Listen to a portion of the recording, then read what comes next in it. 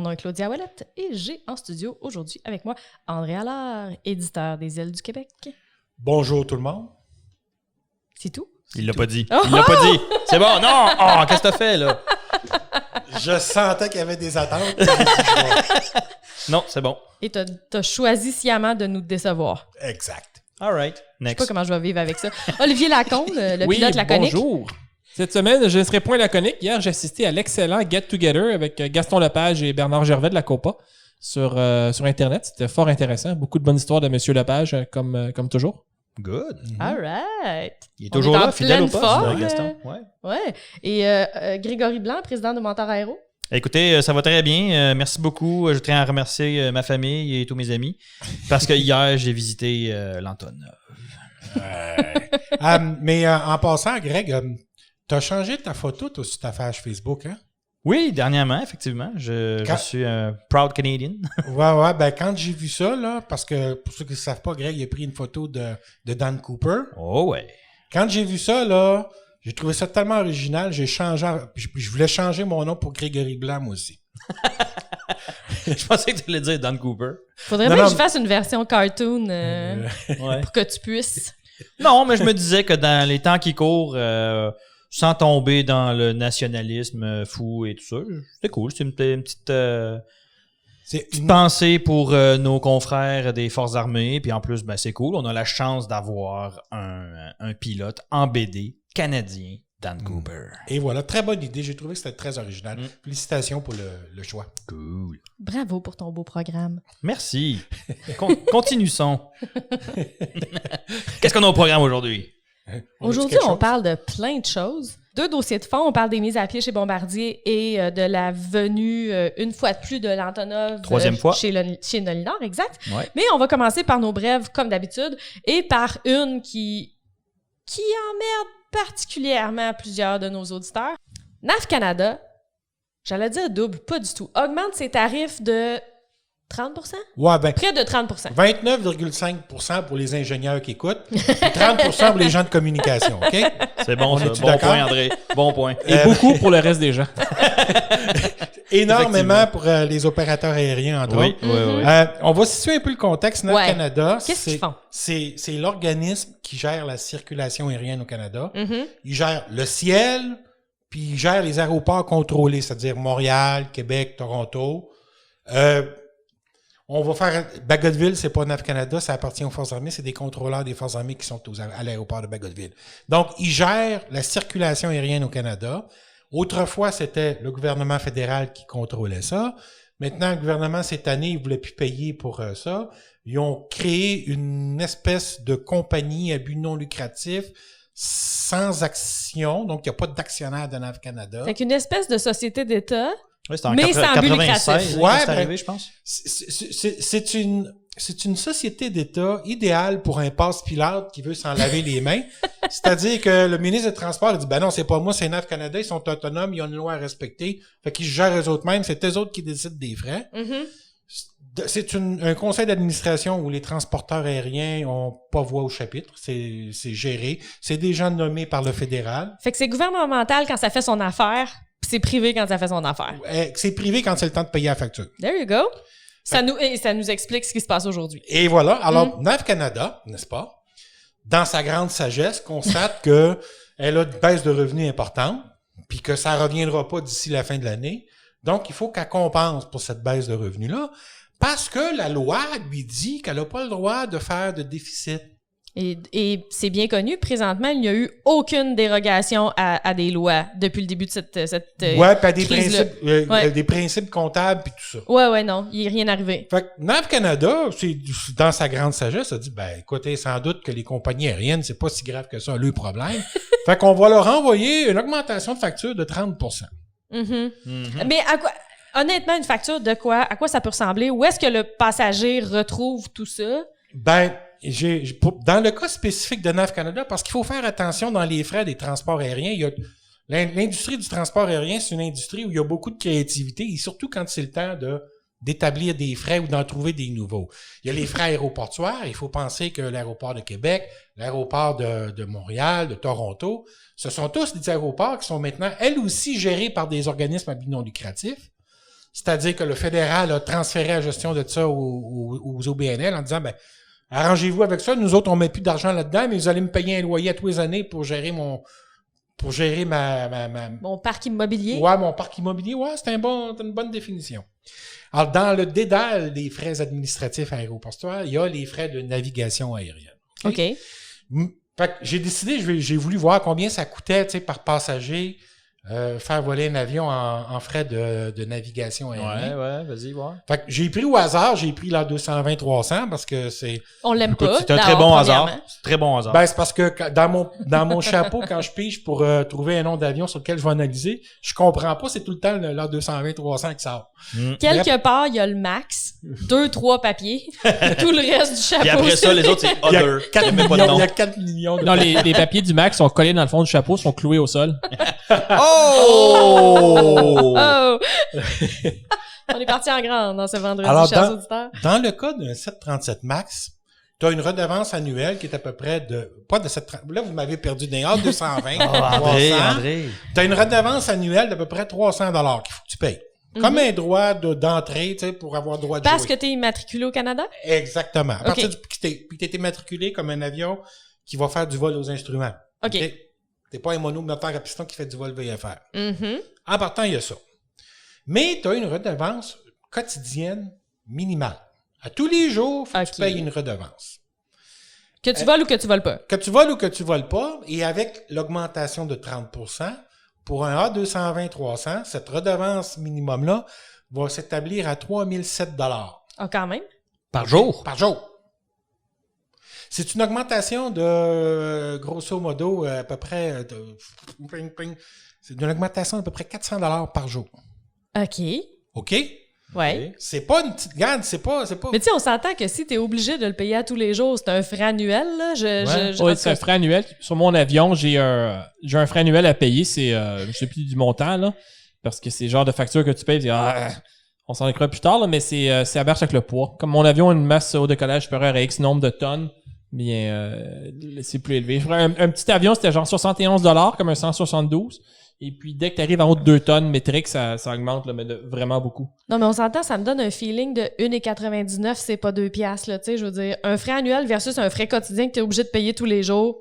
C'est pas mal un frais annuel splittant en Ouais, c'est vraiment un frais 365, là. annuel. Ouais, mais c'est pour les entreprises commerciales aussi. Il faut s'entendre. OK. Ouais, les immatriculations privées puis commerciales, il y a deux groupes de tarifs, là. Mais Ben, dans le surtout commercial. pour pas avoir de service, là. En tout cas. Ouais, exact. Alors, moi, j'ai dit, bon, on va supposer qu'un A220-300 fait 4 vols par jour. Ouais. Ça fait quand même 800. Parce que en plus de cette redevance minimale-là, attention, il faut que tu payes des frais pour chaque 1000 nautiques parcourus dans l'espace aérien, tu payes 0,3803 cents. OK? OK. OK. Donc, sur un aller-retour Montréal-Toronto, il va falloir que tu payes pour les 250 000 nautiques. À ça, il faut que tu rajoutes des frais de service terminal. Pour les gens qui ne savent pas qu'est-ce que ça veut dire un service terminal, dans l'aviation, dans la navigation, tu as ce qu'on appelle le service en haute altitude, le service en route quand l'avion se déplace là, à travers le continent ou à travers le pays. Ouais. Une région terminale, par exemple, Montréal, quand tu sors de ton altitude de croisière puis tu t'en vas vers l'aéroport, tu es dans la région terminale. Ouais. Donc, tu as des frais pour ça. Puis quand tu sors de la région terminale pour rentrer dans la zone de l'aéroport, tu as un autre frais aussi. OK. OK. Alors, grosso modo, un vol aller seulement à Montréal-Toronto, en frais de navigation, c'est sur un A220-300, c'est 874,11 $. OK? OK. En France, le même vol va te coûter 353 $. Puis aux États-Unis, il ne coûte pas une scène. Est-ce qu'on a la moindre idée de pourquoi ça fait du sens que ce soit 3 fois plus cher qu'en France? Ben là, NAV Canada va nous dire qu'ils se sont modernisés, ils ont de l'équipement moderne, c'est vrai. C'est vrai que si tu compares l'équipement de NAV Canada avec celle de la FAA aux États-Unis, il y a à peu près 10 ans de différence entre les deux au niveau technologique. OK. NAV Canada. Mais je regarde, c'est Thales qui fournit, qui est le sous-traitant en France, là. Ils fournissent de très bon équipement, très similaire à celle de la France. C'est un peu philosophique. On le Probablement refile parce que tout au... Il y a aussi le volume de vol en France. Ouais, qui est c'est beaucoup ça. élevé En Europe, qu'ici. un volume de Ils ont un vol moins plus grand élevé. territoire à couvrir. Pour le même équipement. OK. Puis ils reçoivent vraiment des sous de tous les autres avions des autres pays européens qui n'ont pas le choix de passer au-dessus de la France pour aller où ils s'en vont. Donc, ça peut expliquer C'est les pourquoi. sources de revenus, dans le Ouais. fond. OK.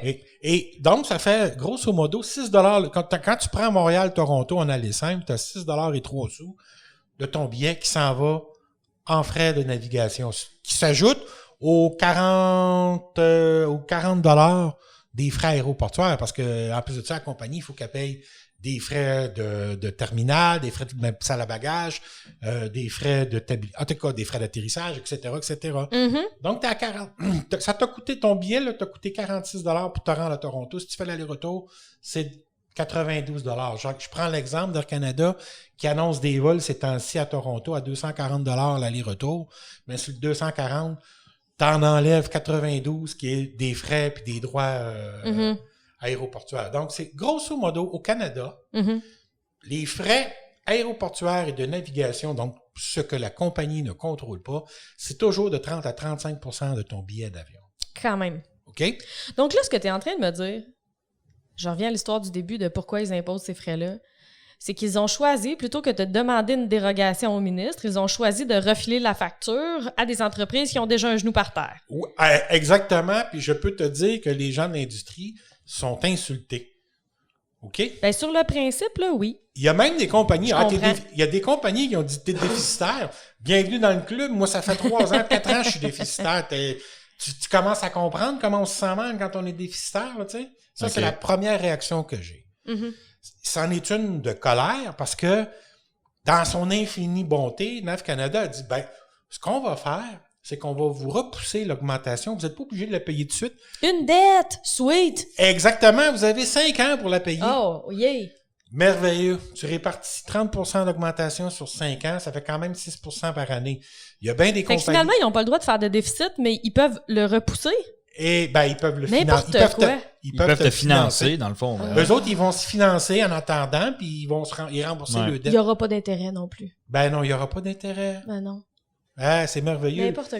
Mais les transporteurs disent, mais le problème qu'ils ont en ce moment, c'est que ils sont à 15-20% de leur volume de passagers habituel. Ah, le problème, c'est les droits planchers, là. C'est Ouais. 100% de l'enjeu actuellement, parce que s'ils volaient pas, ce serait pas grave. Ouais, exactement. Exactement. Pire que ça, c'est que la façon dont marche la fonction avec la facturation avec NAV Canada, 100% de ses revenus dépendent uniquement du poids de l'appareil et non pas du nombre de passagers. À chaque fois qu'il y a un vol d'un appareil, Vide ou pas. on s'en fout, on facture. Puis c'est le modèle d'appareil qui est calculé, ou bien c'est le poids réel avec Non, c'est le cargo? poids maximum de l'avion. Ouais, Ok. c'est ce qu'on appelle le bon vieux MTOW en anglais ou MD en français. C'est MMD, c'est-à-dire masse maximum au décollage. Ouais. OK? C'est Ok. basé là-dessus. OK. Que tu aies 5 passagers dans l'avion ou 145 dans le cas d'un 220-300 d'Air Canada, c'est le même prix. OK? OK. Fait que les compagnies aériennes ont moins de passagers pour répartir Mhm. pas juste les frais de NAV Canada, répartir n'importe quel autre frais. En fait, les compagnies aériennes, il y en a qui sont même pas capables de payer l'hypothèque de la bâtisse. Mhm. Puis là, toi, tu te dis, ben, regarde, on va t'envoyer 30%, qu'on va te financer sur 5 ans. Ben oui. Mais mon hypothèque aussi, elle augmente dans les 5 prochaines années, parce que je suis pas capable de le payer maintenant, je me suis entendu. Quelle excellente stratégie de la part d'un gouvernement qui a l'air parti pour avoir un trophée de la meilleure gestion de crise Parce ever. qu'au bout du compte, dans tout ça, le gars qui a le pouvoir d'intervenir va dire, ben écoutez, la facture de NAV Canada, on va l'effacer, on s'en occupe. C'est Marc Garneau. Puis moi, je vais savoir que la journée où Marc Garneau va me dire, je t'invite au restaurant, je vais savoir que c'est moi qui vais payer la facture parce que c'est clair, là, s'il était un peu Ben, généreux. C'est un ministre, là, il n'a pas le droit de faire ça, mais oui, d'accord. Ben, une fois qu'il est plus comprends ministre, ton une fois point. qu'il est plus Ok. ministre, OK, mettons qu'il est plus ministre, là, puis qu'il m'invite Ouais. au restaurant. Ça veut dire, paye-moi donc un lunch, André. Exactement, parce que, écoute, Je te conseille d'aller chez Decans. mais ouais, là Ils où sont, c'est pas sont cher. bons, les burgers. Là où C'est pas cher, c'est bon. Ouais, je vais dans un endroit où c'est pas écologique, déjà, il va moins aimer ça, tu sais. Pas de Mais- commanditaire, by the way. Ben déjà, si tu veux te faire inviter par Marc Garneau, il faudrait déjà que tu le trouves. là. Ben, il faudrait que quelqu'un, parce que les gens de l'industrie le trouvent pas, ils parlent à personne dans l'industrie. Ouais. Tout le monde se demande où ce qu'il est. Ben moi, j'ai un clapier dans ma cour, puis je pense que ça se pourrait qu'il soit allé faire un petit tour. Ah, ben, à moins qu'il ait pas fini de regarder Les Sopranos aussi, hein, parce que je sais qu'il a fait beaucoup de Netflix ces derniers Ben, en temps. tout cas, si les gens qui nous écoutent veulent un bel exemple de non-communication. C'est même ou pas de la comment mauvaise, ou c'est comment ne pas inexistante, là, communiquer tout court. Vous regarderez le ministère des Transports en ce moment, puis ça va vous donner une bonne idée. Mais c'est décourageant parce que si on applique ce modèle-là à l'industrie aérospatiale, on se dit, mais ils s'en foutent complètement, ces gens-là. Ouais. Ils en ont rien à cirer. Même pas de quelque chose d'aussi stratégique et... Moi, j'en suis venu à la conclusion que Marc Garneau, comme c'est un scientifique puis un grand défenseur de l'environnement, il a trouvé une formule très simple pour réduire les émissions de gaz à effet de serre de l'industrie de transport aérien. Il s'est dit, zéro activité égale zéro émission. C'est comme des tests de COVID, ça. Moins on en fait, moins on trouve de gens qui sont infectés. Et voilà. Et voilà. Hey, c'est bon, c'est profond. ça. Mais Ouais, sérieusement, et pour vous donner un ordre de grandeur, qu'est-ce que ça représente l'augmentation des compagnies de la taille d'Air Québec, d'Air Inuit, de Canadian North fusionné avec First Air, là. Ouais. L'augmentation, je te parle pas de la facture annuelle, l'augmentation à elle seule, là, Ouais. t'es proche du $1 million par année. OK? Ouais. Quand tu dis que ces gens-là ont le feu quelque part que je veux pas nommer sur l'émission parce que... On est explicite, hein? Tu nommes ce que tu veux. Ouais, je le dirai pas par principe. Ok, mais c'est bon. je suis pas Un incendie de postérieur. Merci, Olivier. Parlez peu, mais parlez bien. Ça, c'est une autre façon de dire le feu au cul. Bon, je voulais pas le dire, il l'a dit. C'est réglé, c'est réglé. C'est réglé. Tout ce travail Mais- anéanti. Ah, ben Mais écoute, faut bien en rire sérieusement- un peu. Là. Ouais, mais sérieusement, il y a des gens qui ont commencé à dire, ben, ils ont regardé la possibilité d'arrêter de payer le cotisation, payer le frais de navigation à NAV Canada. Mhm. Mais là, moi, il y a un transporteur qui m'a dit, ben, regarde, on y a pensé, mais on s'est dit, on s'embarquera pas là-dedans tout seul. Parce que, de par la loi, si tu es en retard, si tu es passé date dans tes paiements avec NAV Canada, ils ont le droit d'interrompre le service. Super. Pour une compagnie aérienne qui fait de l'exploitation commerciale, c'est l'équivalent de t'interdire de vol parce que tu peux plus décoller de l'aéroport, tu peux plus déposer. C'est de rendre plan un de vol, conducteur aveugle. C'est tout. et ben t'as plus rien, toi. Mhm. Ferme Ouais, la clé dans la porte. ouais, tout à fait. Mhm. Mais ça veut pas dire qu'ils se concertent pas avec d'autres compagnies. Ben, j'allais t'en parler. Là. Premièrement, est-ce qu'on sait si la IMTA ou d'autres organisations chapeautant un peu l'industrie au Canada ou au Québec sont impliquées dans un peu de lobbying là, pour Ben, essayer de faire quelque chose? Ça fait depuis la première élection de Marc Garneau que l'ATAC, l'Association du transporteur aérien du Canada, ouais. tente d'établir des ponts et des relations avec ce ministre-là et c'est peine perdue. OK? Ah ouais, hein? Ben, quand Marc Garneau a été nommé la première fois comme ministre des Transports, quand un ministre est nommé, le premier ministre donne toujours une lettre de... J'oublie le terme, c'est une lettre de... Pas de recommandation, mais sa mission. Tu sais, Ouais. voici ce que je te demande. Dans la lettre que Justin Trudeau a adressée au ministre des Transports en 2004, 15, ouais. à l'automne 2015. Hey, ça fait longtemps quand même, là, pour avoir rien Ben, fait. voici, je veux que je te demande de travailler à l'amélioration de la sécurité des transports, Il y avait zéro mot à propos de l'aviation. OK? Il n'était même pas question d'aviation. Le ministre des Transports avait des tâches que le premier ministre lui donnait, mais il n'y avait rien sur l'aviation et le transport aérien. OK. Pas de pouvoir de recommandation non plus. Vous pouvez pas dire, savez-vous, je pense qu'on a oublié un pan important de l'industrie, puis il faudrait peut-être... Quand l'industrie s'est présentée, il a rencontré l'industrie du transport aérien une fois. Mhm. Et là, il y avait l'ETAC, mais il y avait aussi Air Canada, WestJet, il y avait tous les gros transporteurs qui étaient là à la même table. Puis là, ben, il y a quelqu'un qui a soulevé ça. Oui, mais tu n'as même pas le transport aérien dans ta lettre de Mission. mission. Puis là, il y a un attaché aux communications du ministre qui a dit « Oh, oui, mais vous savez, c'est parce que c'est implicite. » Et là, les gens, ils ont dit « On a-tu l'air si junior que ça? » C'était vraiment un mauvais spin, là. Oh, c'était un mauvais spin, tu dis. Mais c'est de même depuis le début. Ils se parlent plus. Ils obtiennent rien. Zéro. Nada. Ouais. Eh non, il y a mais vraiment honnêtement, quelque chose. Il y a, C'est malsain. Ben- là, les gens vont penser qu'on s'entête sur le ministère des Transports, mais il y a vraiment quelque chose. Il se C'est pas- passe quelque chose. En fait, ce qui se passe, c'est rien. Ouais. Oui, merci Olivier. C'est pas Très les bon point. employés. On n'a rien. Mais, les mais c'est employés- vrai. Mais Ouais, c'est ça, je c'est- comprends pas. C'est triste pour les employés parce qu'il y a des gens, il y a beaucoup de gens de talent qui travaillent au ministère des Transports, qui veulent Oui. faire un bon travail, qui font du bon travail et ils sentent que la direction est pas. Ça va aller jusqu'aux sous-ministres qui vont les appuyer dans leur travail. Exact, ouais. Et ils voudraient avoir la volonté politique de continuer de faire ce qu'ils font comme travail et cette volonté-là n'est juste pas présente. Puis c'est un très bon point que tu soulèves, Olivier. pas C'est les que employés. quand on mentionne le ministère des Transports, qu'est-ce qu'ils font, où est-ce qu'ils sont, bon Dieu, il se passe rien. Bien évidemment, on parle du politique ici. Là. Ouais. OK? On parle du on ministre. s'acharne pas sur les fonctionnaires, on en connaît, on sait ce qu'ils font, ils sont understaff en plus. Donc, non, on parle vraiment au niveau du politique. Là. C'est zéro communication, il se passe rien, il y a aucun leadership en ce moment qui arrive du fédéral au niveau politique. Qu'est-ce qui se passe? Je ne comprends pas. Mais dire que ça. Fait que, en ce moment, chez les transporteurs aériens, là, on est très inquiet parce que ça, là, c'est un mauvais exemple pour les aéroports qui vont vouloir faire la même chose après. Ben, Exactement. pourquoi je refilerais pas mes déficits si je peux? Ben oui. Alors, tout ça, là, c'est comme.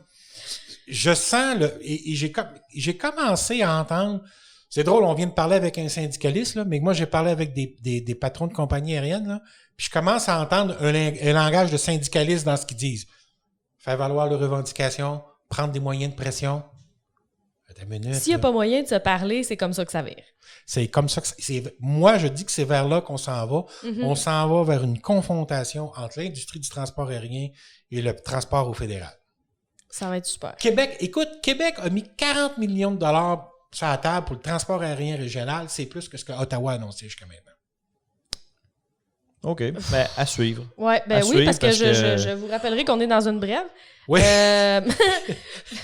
Ah, ça y est, je m'énerve.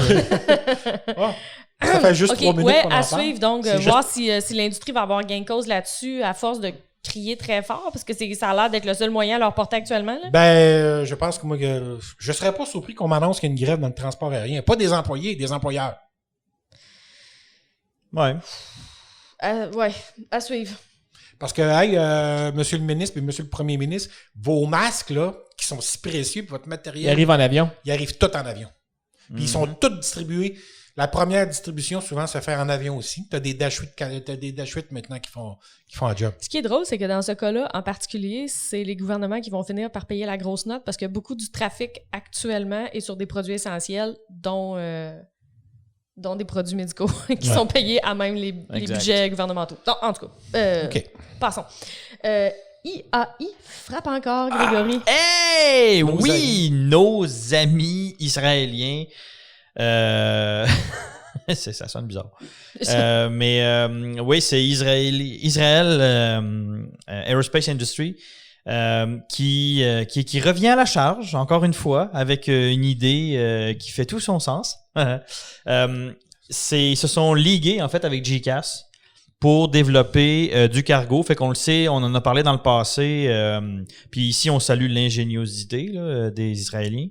Au niveau du 737, donc on avait développé une mode pour transformer des 737 en cargo. Là maintenant, avec l'aide de GECAS, donc la banque de General Electric, donc GECAS qui va financer la recherche et les modifications, on s'attaque au 777-300ER. Donc là, on passe du bon vieux 737 à l'autre bout complètement du spectre. Et on va modifier des 777. Ils en ont déjà acheté un. C'est un ex-Emirates qui va recevoir cette modification-là. Donc, attends, juste pour être sûr que je comprends, ils les achètent, ils les modifient et ils les revendent. Yes. Et c'est ça que GECAS finance. Exactement. OK. P2F, cargo. Ouais, le fameux P2F, oui. Mais Passenger to Freight. Puis, ce qui est intéressant là-dedans, excuse-moi de te couper, André, mais ce qui est intéressant là-dedans, c'est que les gens qui nous écoutent se diront probablement, oui, mais attention, problème ici. Pourquoi Boeing n'est pas fâché? Oui, pourquoi Boeing n'est pas fâché? Parce que Boeing en fabrique des 777 cargo dès la naissance, on pourrait dire. Là. C'est des 200 LR qui sont fabriqués. Et puis c'est quand même assez intéressant parce que Boeing en a plus de 230 de vendus de ces 777-là. Fait que il pourrait y avoir du cannibalisme quelque part parce que, bon, entre autres, on sait que GECAS est un important fournisseur de cash pour Boeing, finance des achats d'avions et etc. Mais donc, encore une fois, ce que EIE a décidé de faire, c'est de ne pas s'attaquer directement à Boeing et d'y aller avec le modèle plus gros, tout de suite en partant, qui est le 777-300ER et qui va permettre l'ajout, donc, comparé aux 200, de l'ajout de 10 containers dans la cabine. Donc, eux autres font le pari que du extra... Plus de volume. Plus de volume. Il y a un marché pour ça. Puis eux autres, ils l'évaluent à 150, possibilité de 150 modifications pour les 10 prochaines années, d'ici à 2030. En plus de ce que Boeing vend déjà. Là. On peut s'attendre à ce que Evergreen à Taïwan en fabrique aussi. Je sais pas, il en parle pas. Il parle pas de ce que j'ai vu un petit peu à droite à gauche là, d'un concurrent potentiel ou de lancer non, mais lancer, tout le monde se lance dans la modification d'avion, la frénésie totale. Là. C'est quand même du gros. On s'attaque à quelque chose d'assez gros, là, ce genre de modification-là. Juste pour vous dire, là, la modification, juste la mode. On parle d'entre 20 et 25 millions pour modifier l'avion parce que n'oubliez pas que ce n'est pas uniquement de mettre une bonne vieille porte-cargo sur le fuselage. Là. Il faut renforcer les planchers. Ça, c'est des avions qui étaient passagers. Là. Donc, tu peux pas te mettre à voyager tout et n'importe quoi là-dedans parce que oui, c'est vrai qu'il faut qu'ils mettent le fameux plancher cargo avec les petites roulettes et les moteurs qui font bouger les containers en dedans de l'avion. Mais pour être capable de faire ça, il faut renforcer le plancher. Donc, donc mon point ici, c'est que c'est une modification qui peut être pas impossible, mais sportif là. un peu. Oui, ça prend des pros. Là. Ça prend quelqu'un qui sait où il s'en va parce que c'est du solide. Là. Est-ce qu'on est en train de devenir des fans finis de EIE? Je vais t'avouer bien franchement que au niveau de pour ce qui est côté ingéniosité, là, puis Essence des affaires? Oui, là, puis je veux vraiment mettre l'accent là-dessus. Là, personnellement, j'avoue que je suis sincèrement impressionné. Ils sont ingénieux, puis ils sont efficaces aussi, c'est que ça traîne pas. Pas grand-chose qui est à leur épreuve quand ils se décident, à chaque fois qu'on a vu à droite à gauche là, de EIE est en train d'évaluer quelque chose, paf, 6 mois plus tard, ils arrivaient, les plans sont faits, on cherche un financement, ça fonctionne. Puis ça part. Tu sais. Moi, je te dirais, l'équipe de gestion de EIE, là, mets ça chez Boeing, là, puis peut-être que la compagnie va reprendre Boeing reprendrait du poil de la bête. Là, peut-être avoir une équipe qui est orientée sur... puis ce qui est intéressant là-dedans, pour l'avoir déjà vu plusieurs fois dans les médias, EIE a une approche qui est... ils sont pas intéressés à revoir leurs clients. Wow, donc, ils s'organisent pour que ça fonctionne du premier coup parce que autres, leur modèle d'affaires est basé sur le volume et non pas sur gérer des garanties. Le service à la clientèle, c'est cher, hein, ouais. Exact. Fait que ça marche exactement dans ce que tu dis, André, que peut-être que ça leur prendrait ça chez Boeing, une attitude de faut que ça marche du premier coup puis je veux plus te revoir la face, à moins que tu reviennes pour m'en acheter un autre. Ouais, exactement. Donc, fait que écoute, on leur souhaite bonne chance. Ça va être quelque chose du 777-300ER. Pour ceux qui ont déjà vu ça, là, c'est de la machine, monsieur. C'est les plus gros moteurs. C'est un des plus gros avions qui volent en ce moment. Hey, on parle quand même là, de... Ils vont faire rentrer là-dedans là, plus de 47 containers. C'est... Quand même. Oui, c'est... Wow. Tout simplement wow. Fait que... Il y en a 15. Ah, puis juste pour finir, pour ceux qui seraient tentés de dire « Ouais, mais là, c'est juste c'est un démo. » 15 commandes fermes, 15 options. Oh! Avant de partir un programme, tu essaies d'avoir une piste d'atterrissage. Oh, il frappe fort. Ça j'avais oublié. J'avais pas ce petit détail-là. Il frappe fort. Oui, donc j'ai bien hâte de voir ça voler prochainement. Ça va être quelque chose. Est-ce qu'on a une idée de quand est-ce que le premier sort de là? Quand est-ce qu'il va sortir? Non, on le sait pas. Mais ce qu'on sait, par exemple, c'est qu'ils ont reçu le premier. Ah, intéressant. L'avion est arrivé là, chez EIE, donc habituellement ce genre de mode, pour le premier c'est un petit peu plus long. Fait que habituellement pour ce genre de mode-là, ça joue entre 6 et 10 mois à peu près. OK. Là, d'après moi, pour le premier, on devrait tourner probablement plus aux alentours d'1 an. Ouais, parce qu'on va tester des technologies, on va vérifier si ce qu'il y a sur plan fonctionne pour de vrai. Donc le premier, le first of, là, il va être un petit peu plus long que les autres. OK. Amazon, qui augmente sa flotte encore de 12 Boeing 767 qui viennent de chez ATSG. Ouais. Des appareils loués en location. Oui. Des appareils loués. Mais en fait, moi, ce qui me trouble dans cette nouvelle-là, dans cette brève-là, c'est plus le côté Amazon commence à venir jouer dans les pattes de ben des gens.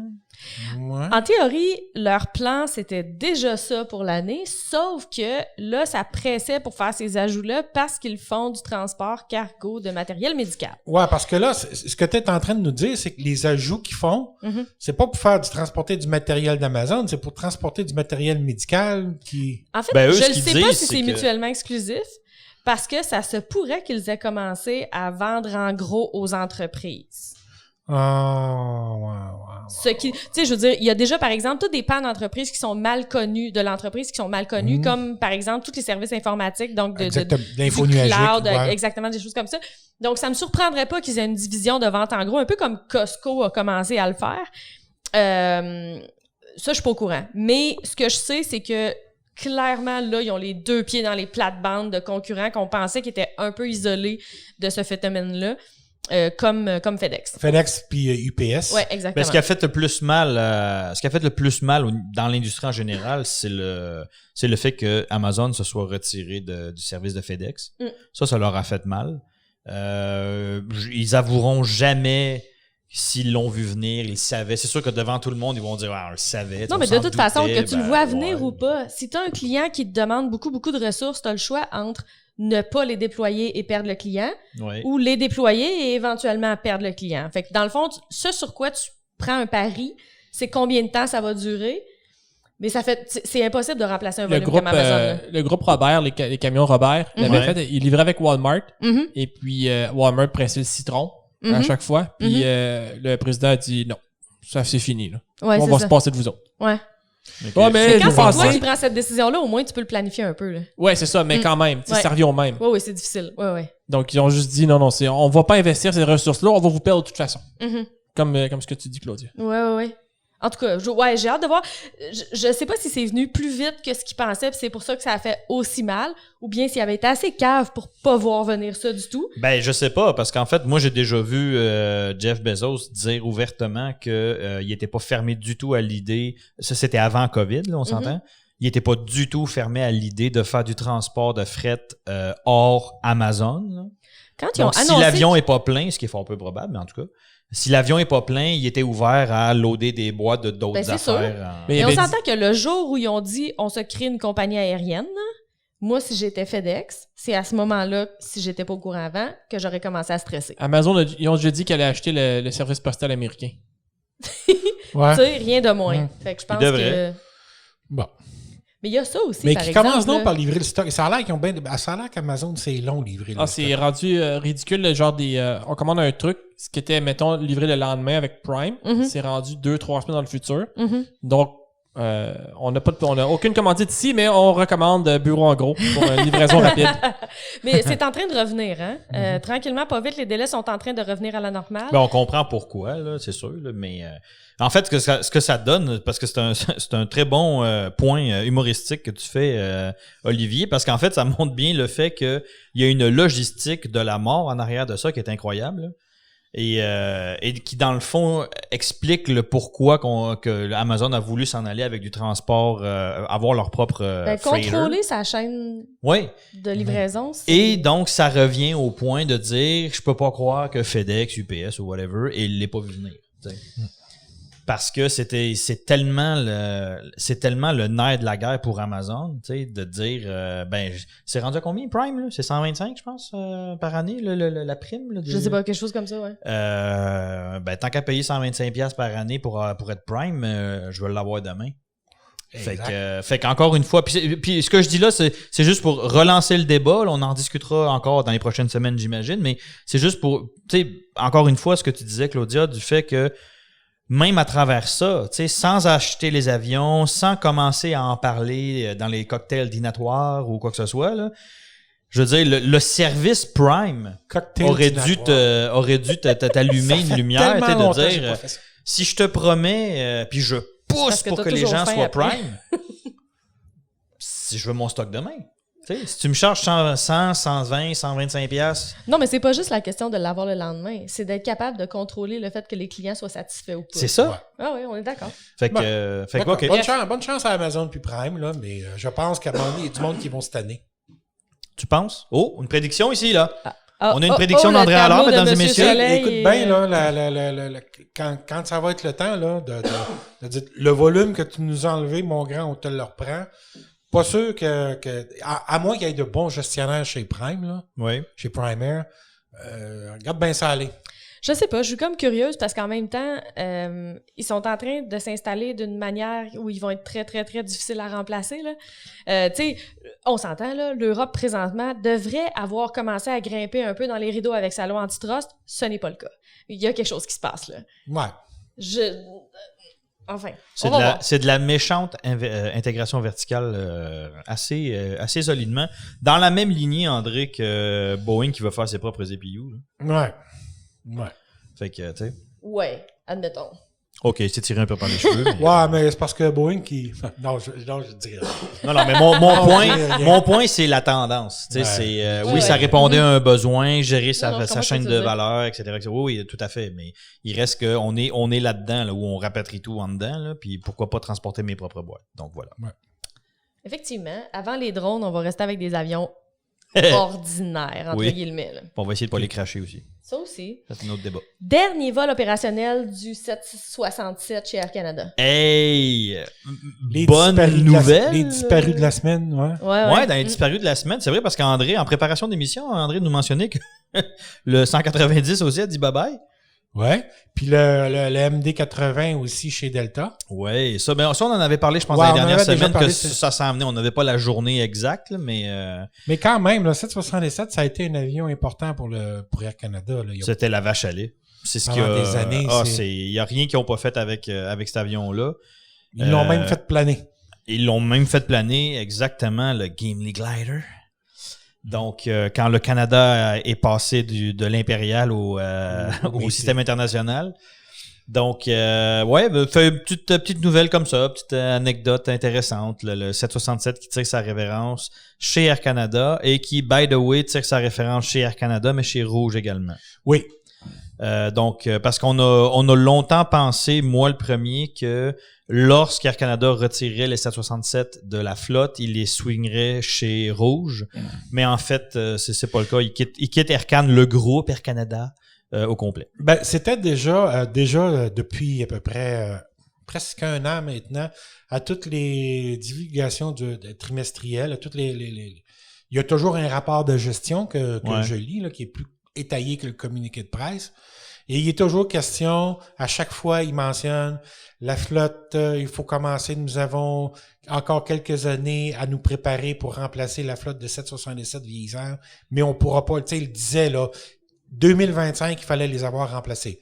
Qu'est-ce qu'on dit toujours à propos de la COVID, d'une crise comme la COVID-19? C'est un accélérateur de tendance. Oui, absolument. L'opportunité était là, puis ils l'ont clairement saisi. Là. Ce qui est intéressant, c'est que à la base, ils opéraient juste une vingtaine de 767 Air Canada. Alors qu'aujourd'hui, on sait que c'est un des opérateurs. C'est pas le ou parmi les plus gros, mais c'est dans le top 10 des plus grands opérateurs en termes de nombre d'avions, mais surtout en termes d'heures. Tu sais, quand dans le milieu, là, on dit souvent que les avions ont été milqués, là. On les a fait voler abondamment chez Air Canada. Fait que c'est pas la plus grosse flotte de 767 au monde, mais en termes d'heures, c'est une de celles qui volait le plus. Puis pour vous donner une petite idée, c'est Air Canada qui possédait, parce qu'ils ne l'ont plus maintenant, mais c'est eux qui possédaient le 767 avec le plus grand nombre d'heures de vol, 138 000 heures de vol. Je vais juste vous montrer comment que cet avion-là, il est robuste et bâti pour refueler des avions, par exemple. Ah non, il vole pas. Mauvais exemple. Juste pour vous montrer comment que cet avion-là a été bâti pour durer. Ce 767-là d'Air Canada avec 138 000 heures de vol est parti faire du cargo chez un autre opérateur. Donc, et il vole encore aux dernières nouvelles. Fait que c'est quand même pas C'est pire, pas tu sais. fini tant que c'est pas fini. Exactement. Fait que, donc voilà. Donc, Air Canada a commencé ses opérations avec ça en 83. On avait acheté une vingtaine. Et la raison pour laquelle il y en a autant aujourd'hui, c'est que, rappelez-vous, la merveilleuse et harmonieuse fusion avec Canadian.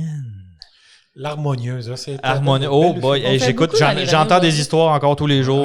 Écoute, c'est les gens de l'industrie, c'est légendaire, cette histoire. Oh oui, ça va Mais, s'allumer cette histoire-là, moi, je vais pense. continuer avec le 190, qui, lui, est retiré de la flotte après 13 ans de service. Mais en fait, les appareils qu'on retire maintenant, c'est pas les premiers appareils qui ont été livrés, c'est les derniers. Donc, la moyenne d'âge des appareils E190 chez Canada, ça ne s'est jamais rendu à 10 ans.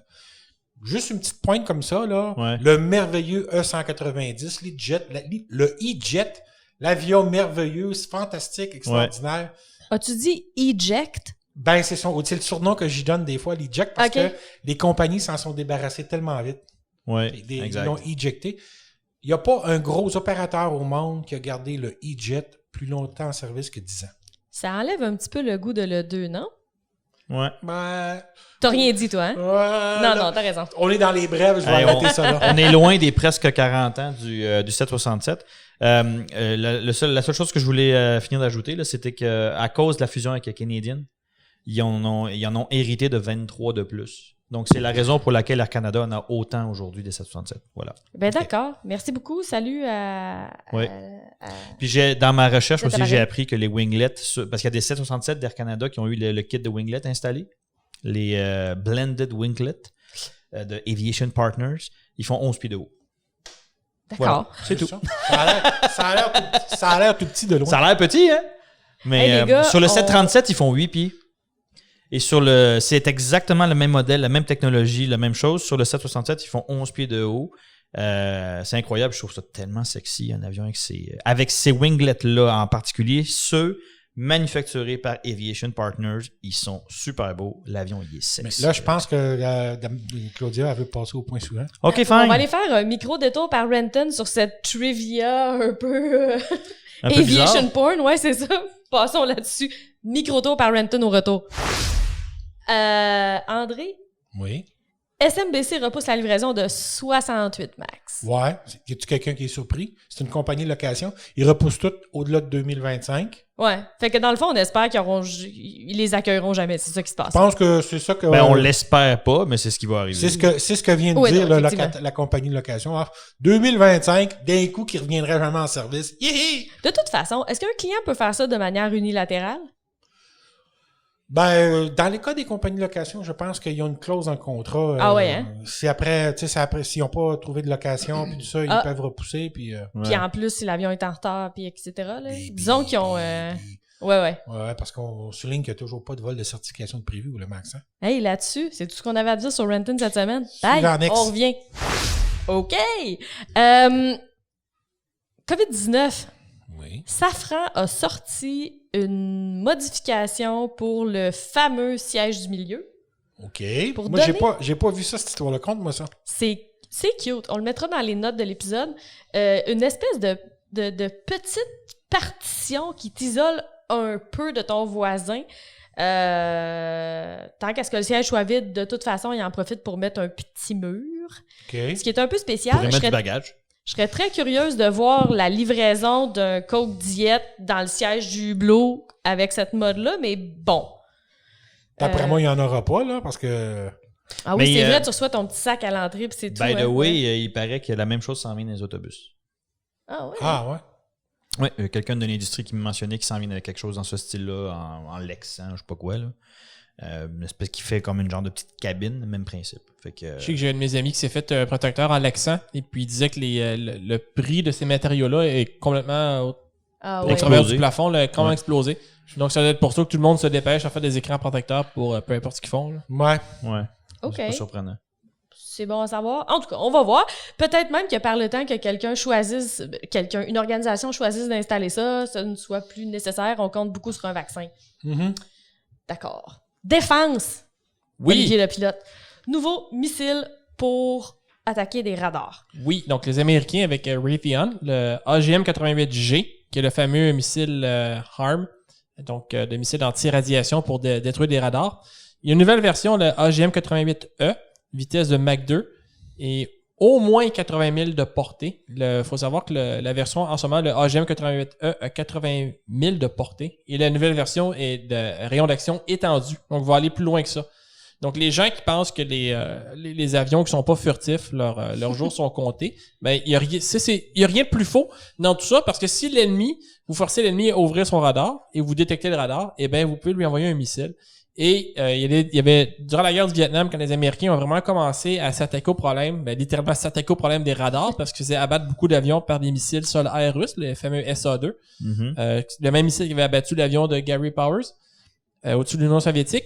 Donc, dans ce temps-là, il y a les opérateurs soviétiques et ou nord-vietnamiens avaient une tactique. Ils allumaient leur radar, ils repéraient les appareils américains, ils lançaient un missile, là, ils fermaient le radar. Là, le missile s'en allait dans la direction de l'avion et le radar n'était pas sujet à avoir une riposte, parce que le radar était plus en train d'émettre des signaux.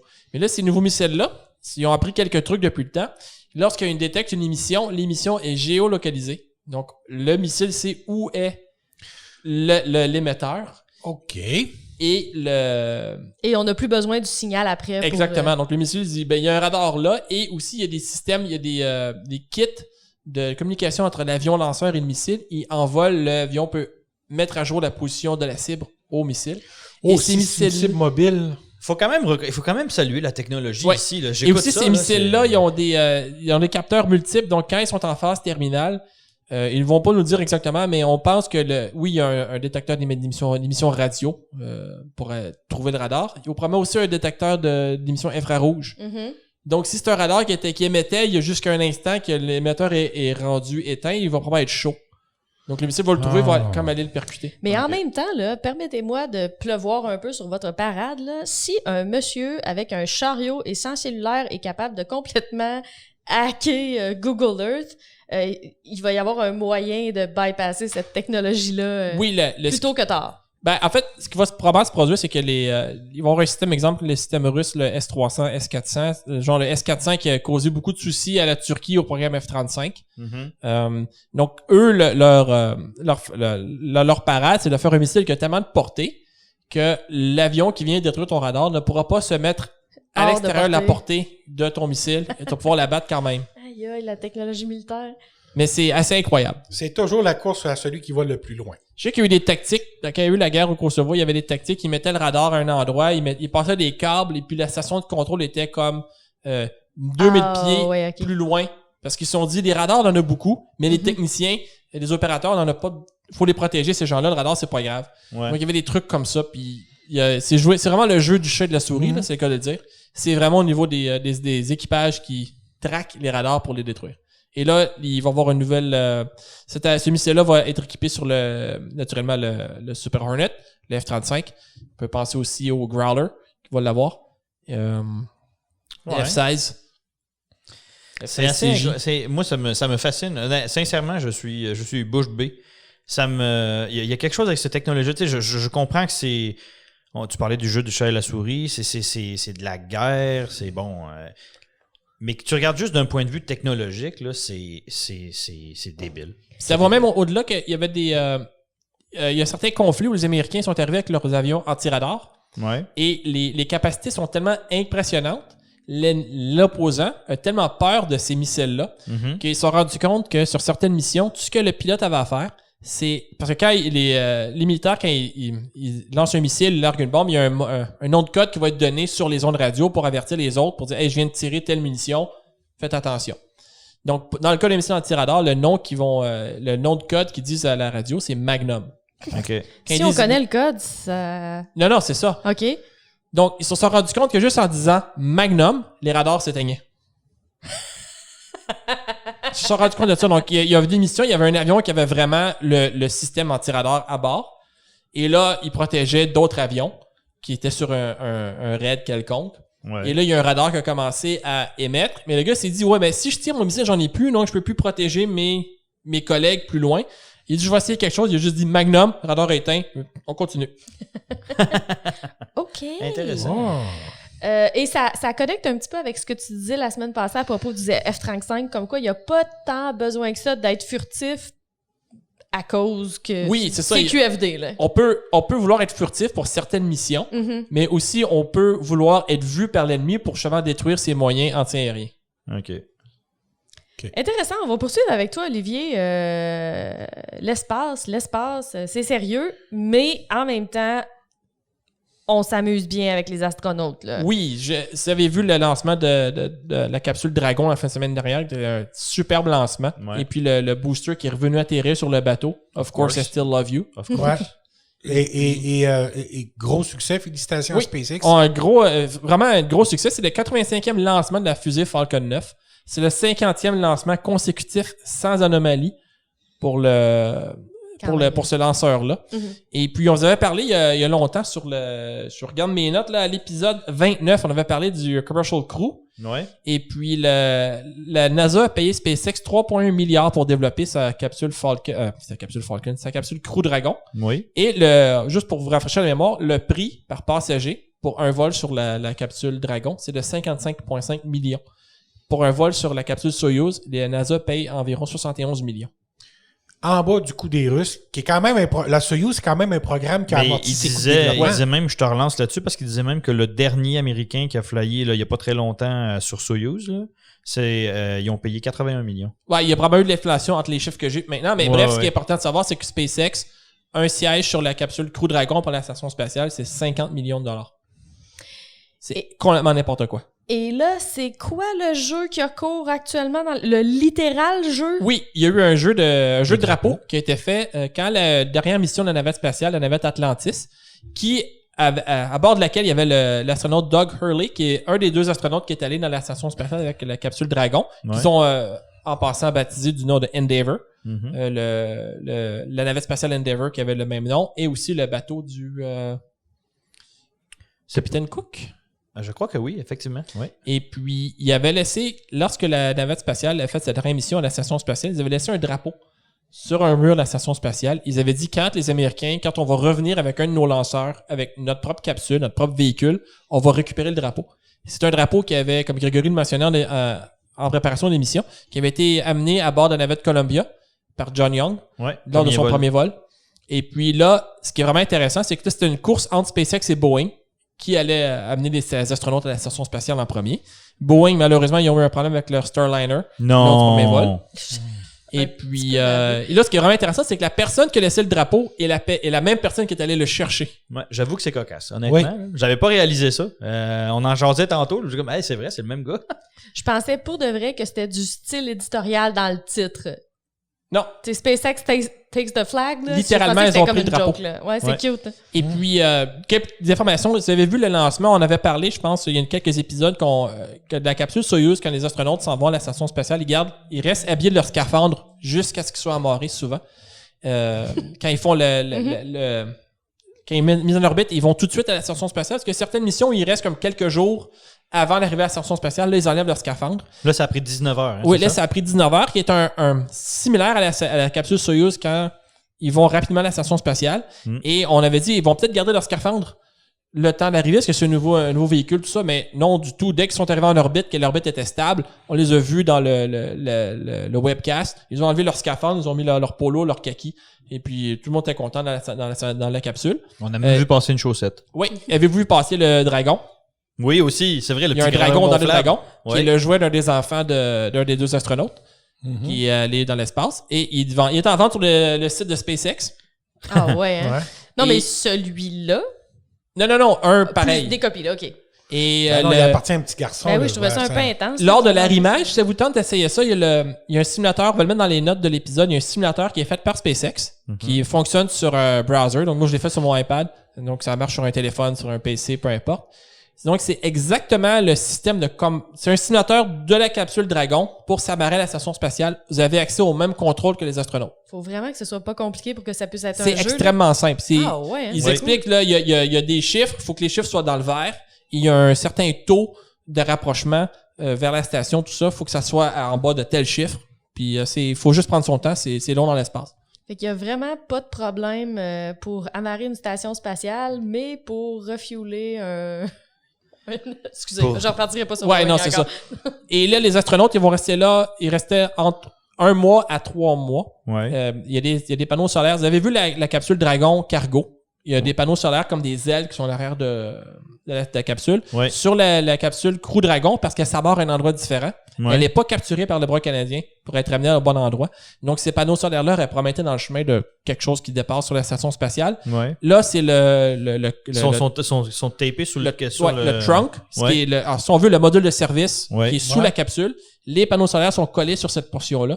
Donc là, les tests qu'ils vont faire en orbite, c'est voir combien de temps que la capsule peut rester indépendamment. Ouais. Donc, ils prévoient rester jusqu'à 3 mois. Ils reviendraient au mois d'août. OK. Et il y a déjà la prochaine mission qui est prévue d'amener 4 astronautes avec la capsule Dragon, départ le 28 août. Et... C'est incroyable. Sérieusement, là, je sais que, écoute, j'en ai des frissons. Là, tellement L'autre chose que moi qui me donne des frissons concernant SpaceX, c'est que c'est la seule compagnie qui fabrique un matériel spatial où leur vaisseau spatial a des lumières de navigation comme un avion. Ils ont une lumière verte, une lumière rouge de chaque côté pour le côté droit, côté gauche. Et quand on voit Cargo Dragon qui Ouais. s'en vient avec les panneaux solaires qui font comme des ailes, il y a toujours les lumières de navigation qui éclairent les panneaux solaires. Donc, c'est vert d'un côté, c'est rouge de l'autre. Et je me demandais, est-ce que Crew Dragon va avoir le même équipement? Et oui, on a vu Crew Dragon qui s'approchait de nuit vers la station spatiale. Ouais. Et puis, on voit les lumières de navigation comme sur un avion. Donc, moi, je trouve ça vraiment génial. Mais plus... Comment ne pas retomber en enfance? Mais ce qui est... je pense que dans le cas de SpaceX, ils ont été très... ils disent cocky en anglais ou baveux. Tu sais, des fois, on va dire baveux, mais Arrogant. pas arrogant. Ouais. Arrogant, oui. Ils ont Mhm. été très arrogants. Ils ont été très audacieux. Je penserais pas que c'est arrogant n'est pas le mot. Je pense qu'ils sont partis avec juste comme un enfant ne sait pas qu'est-ce qui est pas possible de faire. Peut-être, ouais, t'as raison. Ils savaient pas que c'était impossible, alors ils l'ont fait. Ouais, c'est exactement. Oui, Il y a je pense personne. que Oui, non, on peut pas faire ça. On n'a jamais fait ça. Apollo 1, ça a pas marché à cause de ça. Ouais, non, mais on n'est plus Apollo 1, on est en 2010. Parce que on va le faire. On va regarder ce qui se passe. ça fait 50 ans que les gens du spatial discutent d'un premier étage récupérable qui revient sur Terre. Ils l'ont fait en 10 ans. Alors que jamais personne n'avait réussi. Puis c'était un des moyens idéaux de réduire les Ouais. coûts de lancement, c'est de récupérer ton premier étage. Ouais. Puis ils l'ont fait, eux autres. Non, on va le faire. Un lancement de Falcon 9, quelqu'un qui a un satellite et met en orbite, les lancements en ce moment, c'est autour de 60 millions.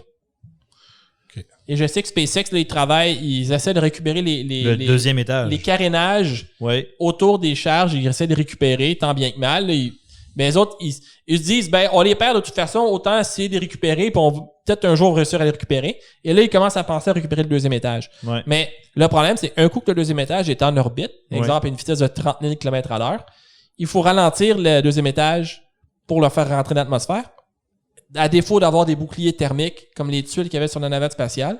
Donc là, c'est un problème de, ben, si on amène assez de carburant pour s'accélérer à cette vitesse-là, ça prend aussi autant de carburant pour se ralentir. Ouais. Donc là, il faut qu'ils pensent à leur façon, mais d'un côté, ils disent, ben, on perd la fusée de toute façon. Aussi bien essayer de faire des tests avec, voir ce qu'on peut faire avec ce Mais ça, matériel-là. si tu vois l'attitude, là, c'est totalement différent. Ils sont dans un autre monde. Ils sont sur une autre planète. Sans mauvais jeu de mots, là. Carrément. D'un point de vue ingénierie, là, ils sont ailleurs. Ouais, Là, je pense que tu as bien identifié, c'est qu'ils sont partis là-dedans, eux autres, en se disant, ils n'étaient pas conscients des défis qu'ils avaient relevés. Il y a les Starship qui fabriquent à leur usine au Texas, que c'est le 4e qui explose, mais Ouais. les gens sont comme, c'est dramatique, c'est terrible, vous avez perdu notre fusion. Ouais, non, mais vaut mieux que ça explose là que quand il y aura des humains dedans. Ouais, Là, c'est pas grave. Là, on sait que, ben, ça a sauté. Bon, c'est pourquoi, mais on fera plus ça comme ça. On va faire différemment. Puis je sais pas si tu as vu, Olivier, quand ça a explosé, là, il y a un mois, là, ils ont fait des tests. Ben, ça a fissuré, ça a pas explosé. Il y a un morceau qui a fissuré. Puis il y a un des ingénieurs qui a dit qu'ils allaient appliquer la méthode Spitfire, pas Spitfire, Air Bomber de la Deuxième Guerre mondiale. C'est-à-dire qu'ils vont renforcer les endroits où ça a pas fissuré. Ben, c'est ça. Ben, pour expliquer aux gens, c'est que pendant la guerre, il y a eu des scientifiques qui regardaient les avions revenir de mission, puis ils se disaient, ben, ces avions-là, ils ont des trous de balles à certains endroits. Donc, à quel endroit est-ce qu'on doit mettre du blindage? Il y a des gens qui ont dit, ben, mets du blindage où il y a des trous de balles.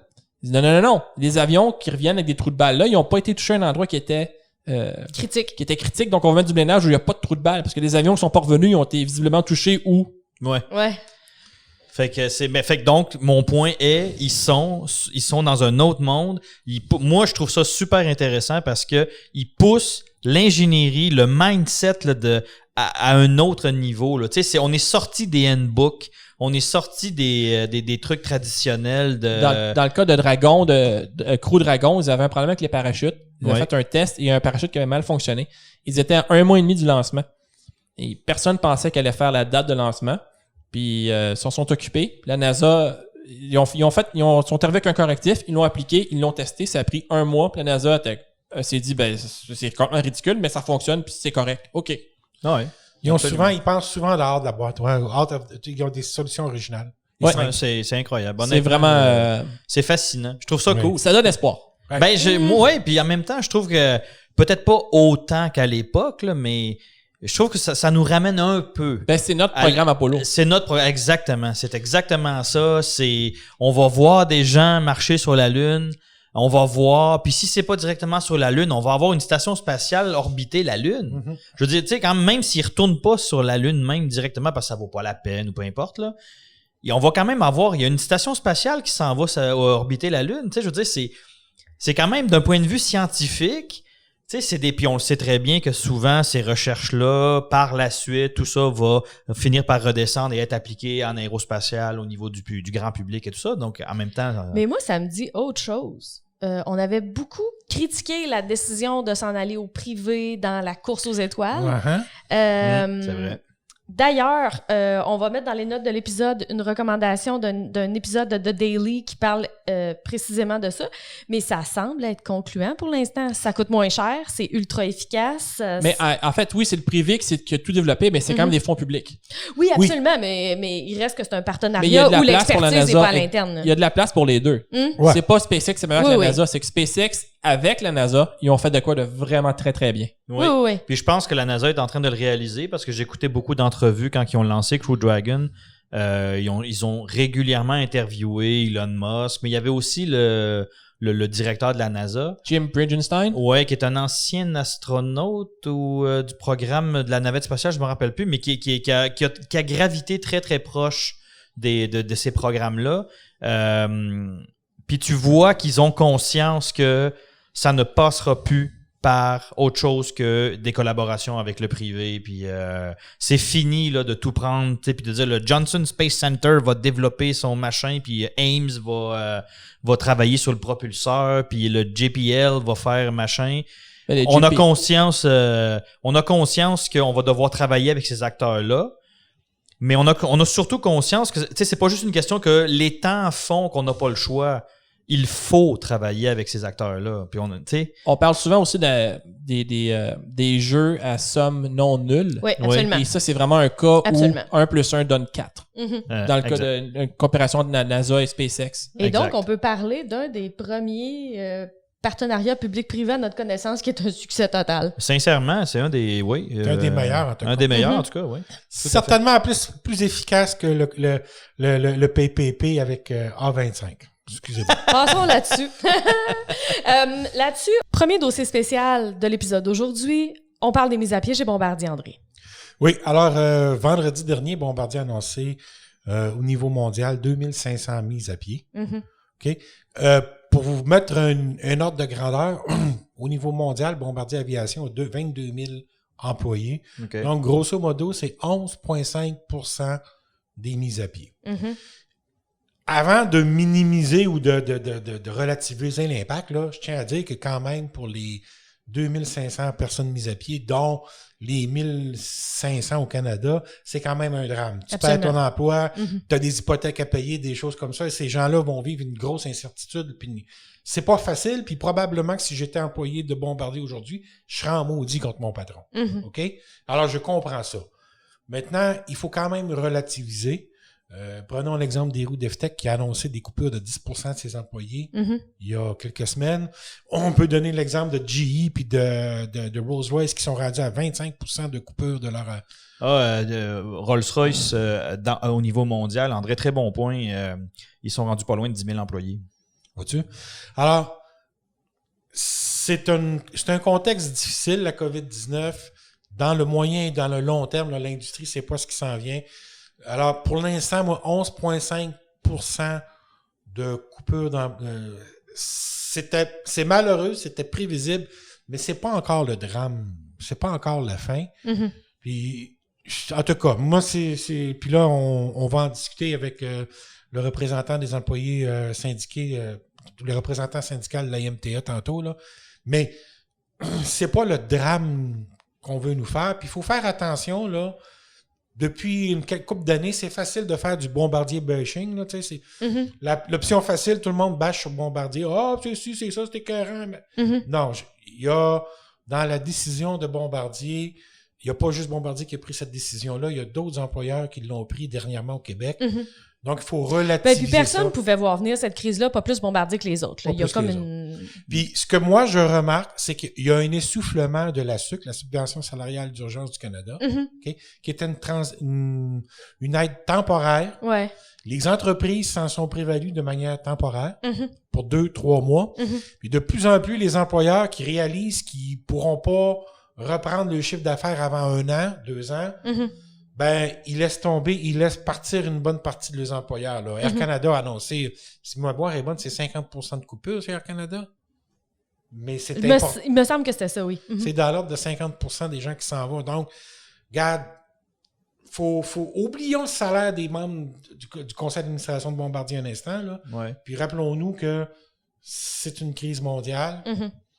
Mais en même temps, il faut être conscient qu'en ce moment, le salaire des cadres ou des dirigeants de Bombardier, ça devient une distraction. Ouais, ben c'est le tendon d'Achille au niveau de l'image. Mais ça populaire commence de Bombardier. moralement à vraiment mal Ça paraître. devient difficile. Il va y avoir des décisions à prendre à ce niveau-là. Ça peut pas continuer comme ça. Mais c'est pas le problème principal de Bombardier. Et on va parler très brièvement d'un autre aspect qui est que au-delà des choix qui sont faits pour les gens qui sont en emploi, si on prend des décisions rapides de mettre fin à des contrats d'emploi, il y a toujours des pénalités. Il y a toujours. Donc, peut-être que de prendre des décisions à plus long terme et de ne pas être impulsif, comme par exemple de mettre dehors un certain M. Bellemare, ça pourrait aider à garder les compensations à un niveau qui serait plus raisonnable. Oui, d'ailleurs, Bombardier va faire une provision de 40 millions de dollars là, pour ces annonces-là. T'as un exemple. Tu sais, ça va coûter absolument. 40... C'est pas gratuit de faire des mises à pied. Là. Ouais. Puis ça va être intéressant de voir un petit peu la vision, là, comment que les syndicats vivent ça en ce moment, parce que on parle de Bellemare qui vient mettre un nuage au-dessus de tout ça, avec entre autres les fameuses compensations et tout ça. Puis il y a aussi comment tu fais pour gérer une crise, tu sais, quand tu représentes des gens où il faut que tu leur expliques tout ça, tout ce dont tu viens parler, André, là, de dire on avait une crise qu'on n'a pas vu venir. On savait que même à la limite, même le cycle au niveau de la vente des avions, des livraisons, éventuellement, le marché va finir par s'essouffler. Là. Comment tu fais pour gérer ça? Comment avoir ça va être intéressant de voir comment eux voient ça du côté employé. Et c'est pas fini dans l'industrie. Vendredi dernier, Airbus a publié ses chiffres de livraison pour le mois de mai. Oui. C'est sans surprise qu'ils nous ont annoncé qu'ils avaient obtenu 0 commande. Oui. Bon, OK, ils n'ont eu aucune annulation dans le mois de mai. C'est quand même. Tu sais, tout le monde est content. Hey, on a 0 cancellation. C'est spécial un peu quand on est rendu là dans notre seuil. Ils ont livré 24 avions, alors que normalement, c'est dans l'ordre de 70 à 80. Ouais. Si vous pensez que Bombardier est le seul à couper massivement, attendez ce qui s'en vient chez Airbus aussi, là. Et pas juste Airbus ici, là. Non, on Airbus parle tout d'Airbus court, là. Moi, je parle de Toulouse puis Hambourg, là. Oui, parce que... en fait, c'est compliqué de faire des avions distanciés socialement. Ouais. C'est vraiment compliqué. C'est aussi compliqué quand les gens ne veulent pas voyager et les compagnies n'ont pas besoin d'avions. Tout ça. Oui, absolument. Mais c'est sûr que fabriquer des avions avec la distanciation sociale, là, c'est le bout de la merde. Regarde, c'est bien dit. J'ai essayé d'éviter ce genre d'expression, mais tantôt, vous m'avez comme incité. C'est de notre faute. Ouais. On le prend. Parfait. D'ailleurs, parlons tout de suite à Dave. Oui, exactement. Allons-y. Donc, on reçoit M. David Chartrand, qui est coordonnateur québécois pour le syndicat des machinistes, vice-président à la FTQ et également membre du CA d'Aéro Montréal. M. Chartrand, bonjour. Bonjour. Donc, ça a été une surprise pour vous? Une surprise. Moi, je dirais que c'est sûr qu'avec le contexte en ce moment, avec la pandémie, le COVID-19, ce qui se passe au niveau du transport aérien, on voyait un ralentissement venir. Je veux dire, c'était écrit dans le ciel. Par contre, la plus grande surprise n'était pas le fait qu'il procédait à une réduction de personnel. Là. C'était plus qu'on n'accepte pas de prolonger les gens sur la subvention salariale d'urgence du Canada, qui permettait à nos membres là, de recevoir quand même 75% de leur salaire. Et est-ce qu'on a donné une raison pourquoi on avait ce refus-là? Ce qu'on nous dit, c'est qu'à court terme, l'employeur ne sait pas quand ils vont rappeler les gens. C'est évident que sans aller dans tous les détails, le gouvernement paye 75%. Par contre, il y a des bénéfices qui doivent être maintenus par l'employeur et ça, il y a un coût à ça. Et puis, l'employeur, pour des raisons financières, a décidé de ne pas poursuivre la demande là, que nos membres bénéficient de la subvention salariale de l'urgence du Canada. OK. Mais si je me trompe, au Canada, ou en Amérique du Nord, je pense, dans ces situations comme celle-là, la culture des entreprises est très différente de ce qu'on peut voir en Europe ou je pense en particulier en Allemagne. C'est-à-dire qu'ici, les syndicats ou les employés n'ont jamais voix au chapitre quand il y a des choses comme ça qui s'en viennent. Vous êtes un peu mis devant le fait accompli. Oui, je veux dire, c'est pas comme si on les avise une semaine à l'avance, voici ce qui va arriver ou quoi que ce soit. Ce que je trouve de malheureux, puis je l'avais dit lors des mises à pied l'année dernière, là, de Bombardier, ce qui était décevant là-dedans, c'est bien évidemment quand Bombardier arrive et qu'il annonce 1500 réductions au Québec, rarement qu'ils vont arriver puis qu'ils vont dire c'est qui, c'est quoi, c'est quand, c'est comment. Fait qu'on se ramasse avec l'ensemble des gens chez Bombardier qui sont inquiets de leur avenir. La seule raison pour laquelle on le sait, nous, qu'il y a 717 de nos membres qui sont affectés immédiatement à compter de lundi, c'est parce que l'employeur nous a dit qu'il ne demanderait pas le renouvellement de la subvention salariale. Okay. Fait qu'on le sait qu'on a 717 personnes qui sont présentement à la maison qui en bénéficient, puis l'employeur le renouvelle pas, puis il se termine vendredi aujourd'hui.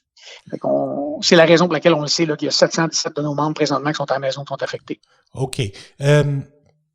J'imagine, vous, le syndicat, si on vous donne la chance de trouver des solutions alternatives, d'abord, est-ce qu'on vous en a proposé, comme des départs à la retraite anticipés, des choses comme ça? Est-ce qu'on vous a proposé ce genre de mesures-là? Sans nous le proposer, nous, on le demande tout le temps. Okay. Ça fait toujours partie des mesures qu'on demande lorsqu'il y a une réduction qui est annoncée par l'employeur. Je vous dirais que cette situation ici est différente parce que dans le passé, quand Bombardier décidait de faire une réduction comme ça, Bombardier avait également des avions commerciaux, avait différents avions, le projet sur lequel il travaillait. Il y avait Bombardier Transport, vu qu'il y avait une diversification, il y arrivait très souvent où on était capable de s'entendre avec l'employeur de relocaliser des gens dans d'autres secteurs de Bombardier. La problématique qu'on a aujourd'hui, c'est qu'il reste seulement que Bombardier Aviation. Fait qu'on a une plus grande difficulté de pouvoir faire ça. Fait que c'est évident qu'on a toujours, par le passé, demandé à ce qu'on offre quelque chose pour que les gens prennent des retraites anticipées ou qu'on ait des départs volontaires, c'est des gens qui décident de s'en aller volontairement ou quoi que ce soit. Et puis, ça va être la même chose que d'habitude. On fait les mêmes demandes à l'employeur, mais on n'a pas eu encore de réponse de la part de l'employeur au niveau de départ à la retraite. Là.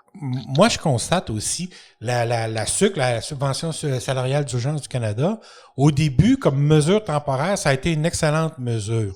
Maintenant que la crise commence à vouloir s'étirer dans le temps, il n'y a pas juste Bombardier, il y a de plus en plus d'employeurs qui renoncent à continuer de l'utiliser au-delà de la période initiale de 3 mois. Là, ça va prendre pour l'industrie aérospatiale et bien d'autres, ça va prendre des mesures pour le moyen et long terme, donc des mesures intermédiaires avant un retour normal à l'économie? Autrement dit, est-ce que j'essaie je surfe sur ce qu'André dit, là. Autrement dit, grossièrement résumé, y a-t-il une stratégie? C'est ça, je pense que c'est ça un petit peu qui trotte dans la tête de tout le monde. Et la question qui n'est pas posée, là, mais qui brûle les lèvres, c'est y a-t-il une stratégie aéronautique qui est mise en place, qui est discutée? Là, on va tout prendre ce qui passe. Là. Y a-t-il quelque chose qui est discuté là, est-ce concrètement qu'il y a quelque chose qui s'en vient? Avec les gouvernements, oui, par exemple? Ce que je peux vous dire, c'est du côté d'Aéro Montréal. Oui, il y a des discussions au niveau là, de supporter l'industrie, de développer une stratégie. OK. Du côté de l'AIAC, qui est l'Association des industries aérospatiales du Canada, même chose. Du côté du gouvernement du Québec, on a une écoute et puis on a des discussions avec le ministre Fitzgibbon et puis avec Aéro Montréal ensemble pour regarder, voir comment est-ce qu'on fait pour supporter cette industrie-là, puis s'arranger d'être toujours compétitif quand la relance va revenir. Quand que la pandémie là, va s'estomper, puis tranquillement, on va retourner à... Ça va prendre une période de temps, mais à la normale. En attendant, ce qu'il faut pas faire, c'est perdre les talents qui sont dans cette industrie-là, qui vont décider de se relocaliser dans ça qui va être le autre plus industrie. difficile, ouais. Exactement. C'est de s'assurer que les connaissances sont maintenues là, au niveau de notre industrie et puis que on a de la main-d'œuvre spécialisée disponible. On a de la main-d'œuvre qui est très, très, très développée. Puis il faut pas qu'on la perde, cette main-d'œuvre-là. Fait qu'il faut trouver un moyen de la supporter l'industrie. Moi, je vous dirais que l'absence est au niveau du fédéral. Ah, ça... Au niveau du fédéral, on a un consensus dans l'industrie, que ce soit les syndicats, que ce soit les employeurs, que ce soit les associations, qu'il devrait avoir une stratégie canadienne pour supporter cette industrie-là, puis relancer cette industrie-là, qu'il devrait avoir des discussions entre les acteurs de cette industrie-là. Puis malheureusement, ça fait plus de 20 ans qu'on demande une stratégie canadienne. Là, aujourd'hui, on en a besoin plus que jamais.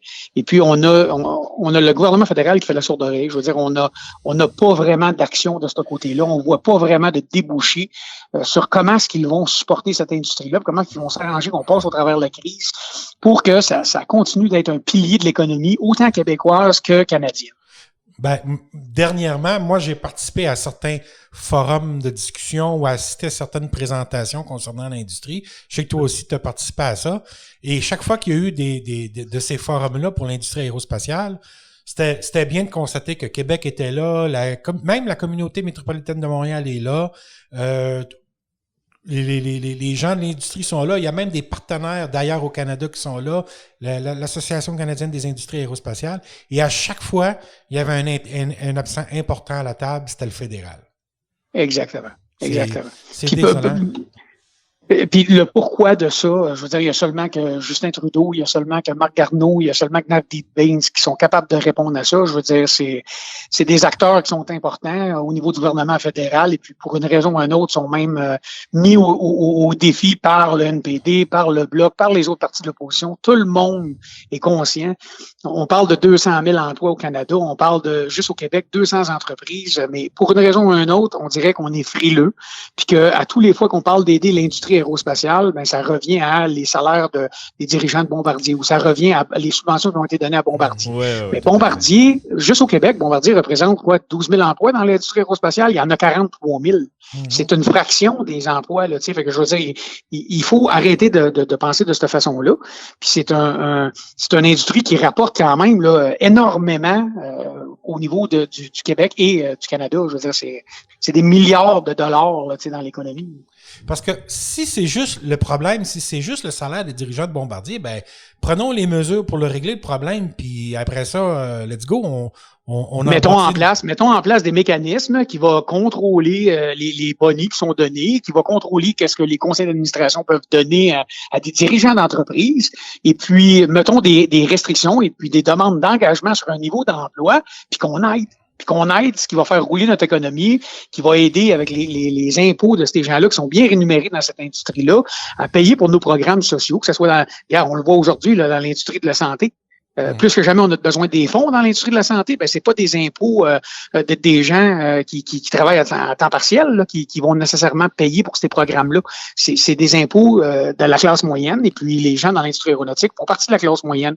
Tout le monde contribue, mais il y a une grande contribution qui vient des gens de l'industrie de l'aérospatiale. Puis, il faut vraiment pas la négliger. C'est un pan de l'économie très important qui est reconnu par une étude qui a été faite par le HEC, qui est reconnu par le gouvernement provincial, qui est reconnu par plusieurs, mais on dirait que le gouvernement fédéral ne le reconnaît pas.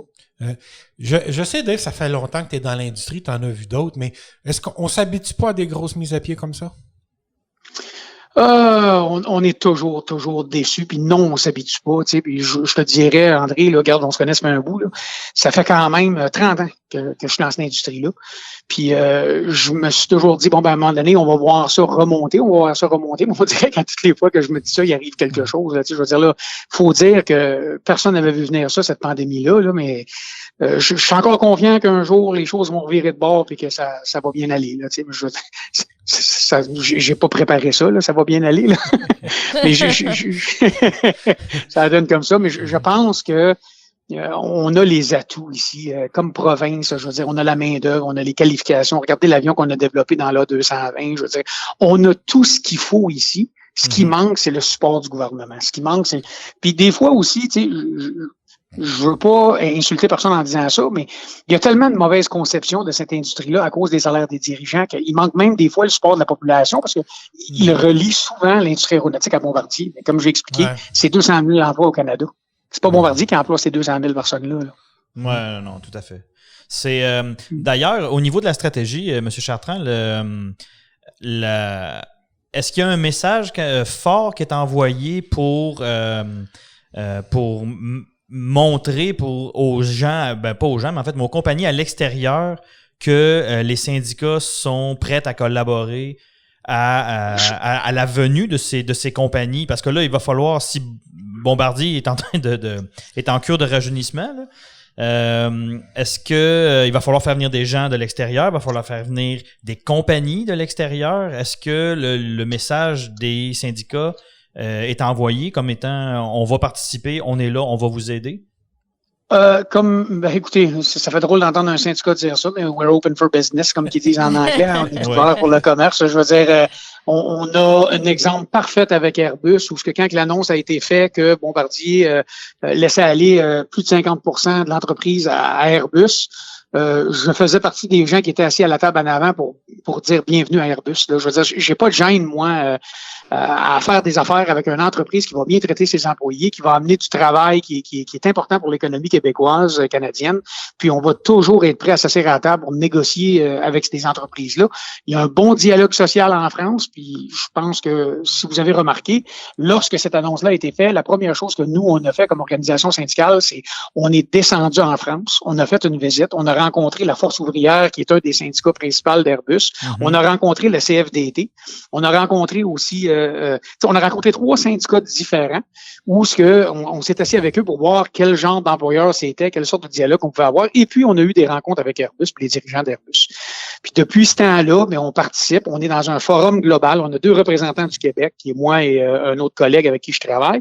Et puis, annuellement, il y a une rencontre avec tous les syndicats d'Airbus et Airbus où on a des échanges pour regarder quel est le plan d'Airbus pour en s'en allant de l'avant. Puis si vous parlez avec des dirigeants d'Airbus, je pense qu'ils vont vous le dire que jusqu'à date, on a eu des relations, là, on n'est pas d'accord sur tout le temps, mais on est capable de trouver des terrains d'entente, puis discuter, et puis pour le bien des travailleurs et travailleuses, c'est sûr que si l'entreprise va bien, leurs conditions de travail vont être meilleures. OK, c'est parfait. Merci beaucoup, Dave, pour ton temps. Je m'excuse si je donne bien de la misère aux gens de placer des mots. Là, quand ça part, non, mais c'est pour ça. C'est votre tribune.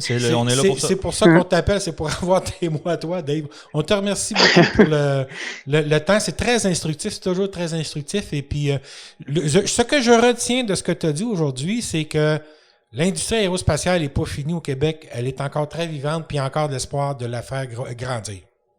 Oui, il y a beaucoup de battants, puis il y a beaucoup de personnes qui adorent cette industrie-là, qui sont nées dedans, qui travaillent dedans depuis des années, puis qui vont tout faire en leur possible, incluant moi-même, là, pour s'organiser qu'il y a un leg là, pour nos enfants, pour nos grands-enfants, puis qu'il y a des emplois de qualité au Québec là, avec une industrie aérospatiale.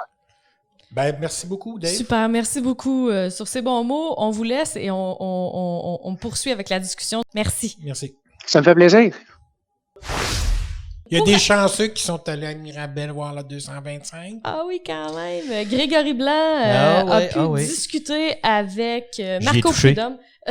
J'ai touché à l'avion, pas à Marco Prudhomme. On se posait la question. Attention, j'ai pas touché à Marco Prudhomme, j'ai touché à l'avion. Non, on a maintenu une bonne distanciation sociale tout au long. Mais on va vous montrer la visite qu'on a eue là-bas et vous faire entendre l'entrevue, bien entendu, sur la version audio du podcast. On vous revient tout de suite. Alors, bienvenue. Allô, merci d'être là. Merci beaucoup, Marco Prudhomme, de nous avoir permis d'être ici aujourd'hui. On est au nom de l'Aéropod, notre petit podcast amateur mais sérieux que nous sommes. Merci de nous avoir donné l'opportunité de pouvoir être devant ce mastodonte des airs. C'est un bel avion. C'est absolument fantastique. Sincèrement, j'ai beau avoir vu 53 000 photos là, et des tonnes de vidéos depuis que je suis tout petit. Le voir en vrai, c'est quelque chose d'assez impressionnant. Je suis un grand fan de la technologie russe et je dois avouer que là, c'est au-dessus de mes espérances. C'est absolument fantastique. C'est aussi absolument fantastique parce que Nolinor Aviation, vous avez organisé quelque chose d'absolument incroyable ces derniers mois et donc physiquement ces dernières semaines. Ça fait la 3e fois que l'Antonov vient ici à Montréal, à Mirabel. Donc, si on y va là, à brûle pour point, qu'est-ce qui a drivé ça? Comment qu'on arrive, Nolinor Aviation, Marco Prudhomme, comment on arrive à faire venir un Antonov 225? On entend les gars avoir du fun en arrière. Ils vont avoir du fun comme ça toute la soirée. C'est excellent, c'est parfait tant que le moral est bon. Écoute, c'était pas faisait pas partie de notre planification cette année de faire venir l'Antonov à Mirabel. Là. OK. Mais quand est arrivée la crise du COVID-19 à la mi-mars, ce qu'on a fait dans les premiers jours, c'est essayer de voir qu'est-ce qu'on pouvait faire d'autre. Parce que rapidement, nos clients nous ont appelés, puis comme à peu près tous les transporteurs, les vols se sont mis à être annulés les uns après les autres. OK. On a continué de faire certains vols d'urgence pour certaines mines pour amener de la nourriture, bien entendu. OK. Mais grosso modo, il y a quand même plusieurs vols qui ont été annulés. Alors rapidement, aux ventes, on s'est mis à penser à qu'est-ce qu'on pourrait faire. On a commencé par mettre des annonces sur les Canadiens qui cherchaient des vols de rapatriement. Oui, Okay. effectivement. Alors, on a fait 2 vols de rapatriement, un au Guatemala, un au Maroc.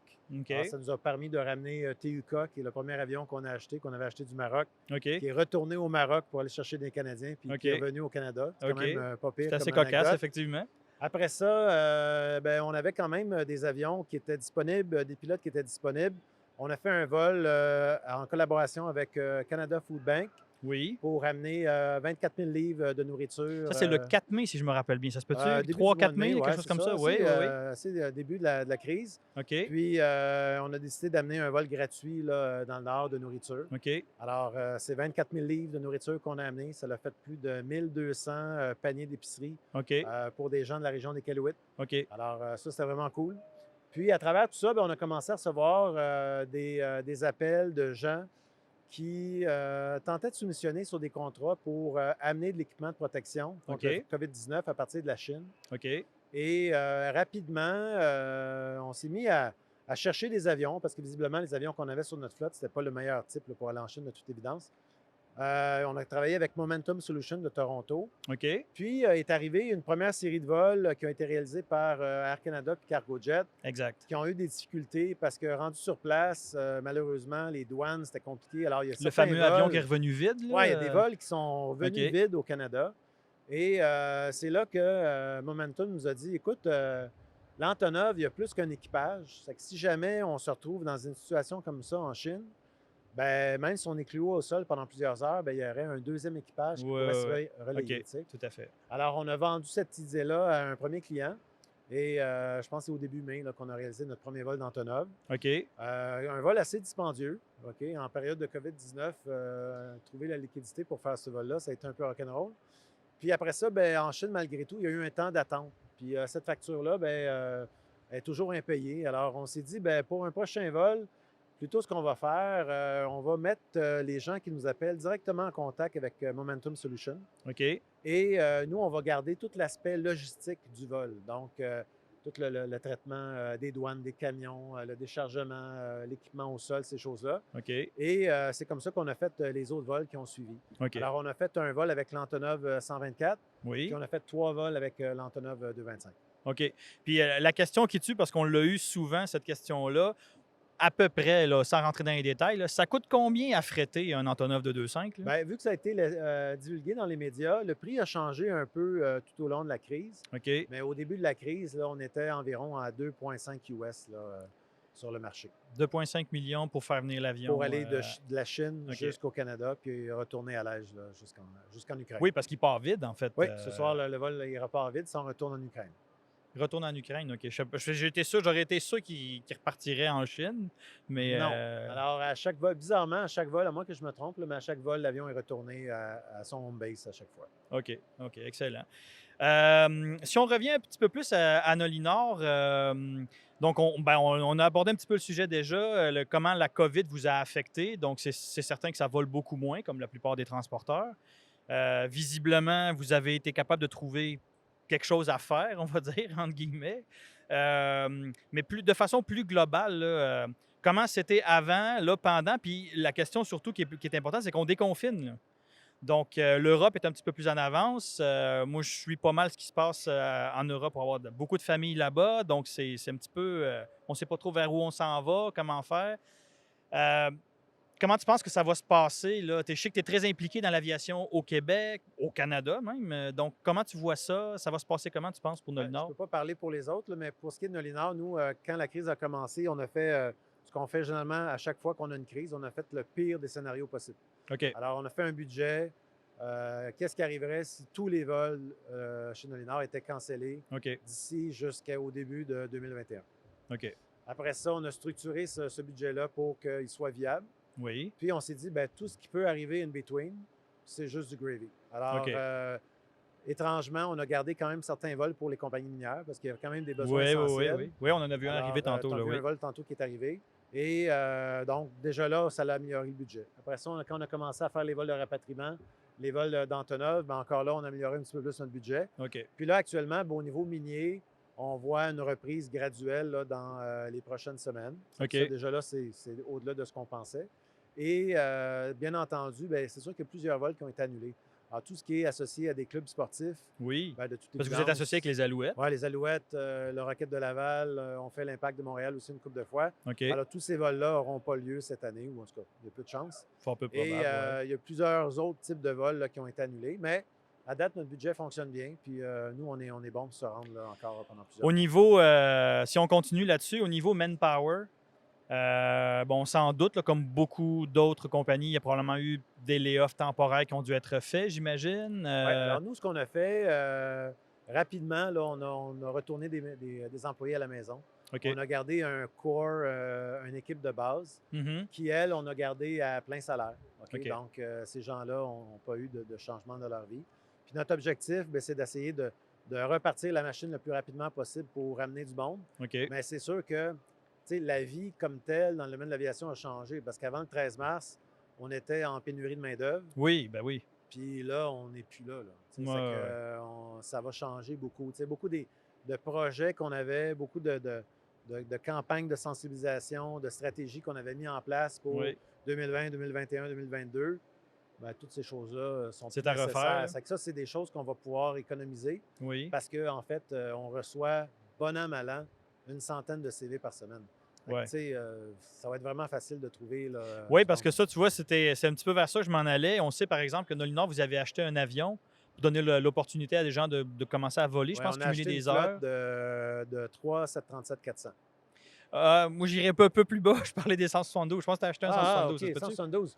Ah oui, le 172, ben ça fait déjà quand même 1 an et demi, je pense. À qu'on peu a près, acheté, ouais.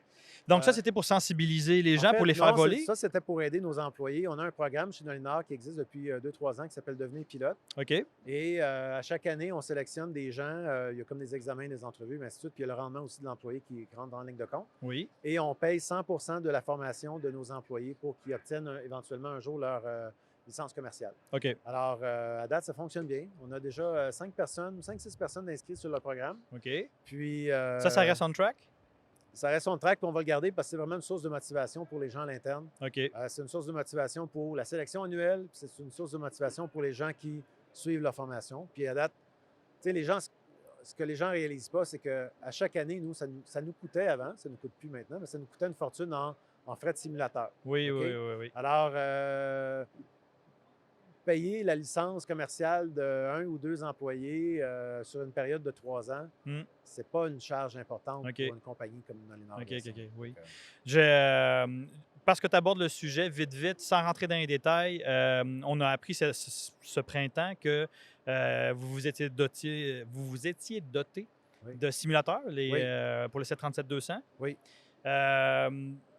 Rapidement, ça en est où, ça? Est-ce que vous êtes opérationnel? Ça avance Est-ce que- bien. Alors, en fait, ce qui est arrivé, c'est qu'on a reçu 2 appels. OK. Alors, des gens qui nous ont dit, nous, on va face out, excuse-moi l'anglicisme, Non, mais non, on y a va se pas de débarrasser de 2 simulateurs, de 2 compagnies différentes, puis à 2 intervalles différents. Puis ils nous ont dit, est-ce que vous êtes intéressés d'en faire l'acquisition? OK. Au début, c'était pas vraiment dans nos plans. Ça avait déjà été dans nos plans il y a quelques années, puis on avait laissé tomber le projet. Mais on ne pouvait pas se retrouver face à pas avoir de simulateur du tout dans la région. OK. Fait qu'on on a décidé de faire l'acquisition d'un premier simulateur. Puis la force des choses a fait en sorte qu'on a acheté un deuxième. Là, pour l'instant, on en a un qui est déjà rendu à Mirabel. OK. Puis l'autre qui va être déménagé de Miami à Miami. Alors, c'est un peu compliqué ce dossier-là, mais ça avance bien. OK. Puis à date, pour nous, ben, c'est devenu ce qui était une dépense, est devenu une source de revenus. C'est quand même assez intéressant. Oui, tout comme à fait, principe. effectivement. Bien joué. Je ne sais pas comment ça s'est passé, mais bien joué. Tout à fait, oui.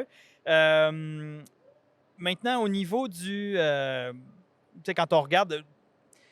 la notion de manpower, tu as mentionné que tu reçois énormément de CV. Oui. Puis en fait, c'est vraiment spécial parce qu'effectivement, on était en pénurie de main-d'œuvre. Oui. Puis en fait, je voulais te poser la question initialement, dire ton programme de formation de pilote, est-ce que Nolinor a déjà eu l'idée de faire la même chose pour la maintenance, dans la même optique que par exemple Premier à Québec qui est rendu à former ses propres mécaniciens au niveau d'un point de vue maintenance? Pas vraiment, parce qu'au niveau de la maintenance, on n'a jamais eu de difficulté à trouver des mécanos. OK. Nolinor, on a la chance d'opérer un type d'avion qui est quand même assez rare. Puis pour une certaine catégorie de mécaniciens, c'est comme un aimant. C'est que les gens veulent travailler sur ce type d'avion-là. Puis Nolinor, on est une des rares compagnies qu'on a toujours un mécano à bord de chacun de nos vols nordiques. Oui. Alors, ceux qui aiment l'aventure, ceux qui aiment le grand nord, les grands espaces, tu sais, il n'y a pas vraiment beaucoup d'entreprises là, OK. en Amérique du Nord qui offrent ça. C'est que de ce côté-là, on n'a jamais eu ce besoin-là. OK, d'accord. Puis, au niveau des 737, donc tu as mentionné que vous avez fait récemment l'acquisition de nouveaux 737, Oui. de nouveaux anciens, là. Oui. Des classiques. Oui.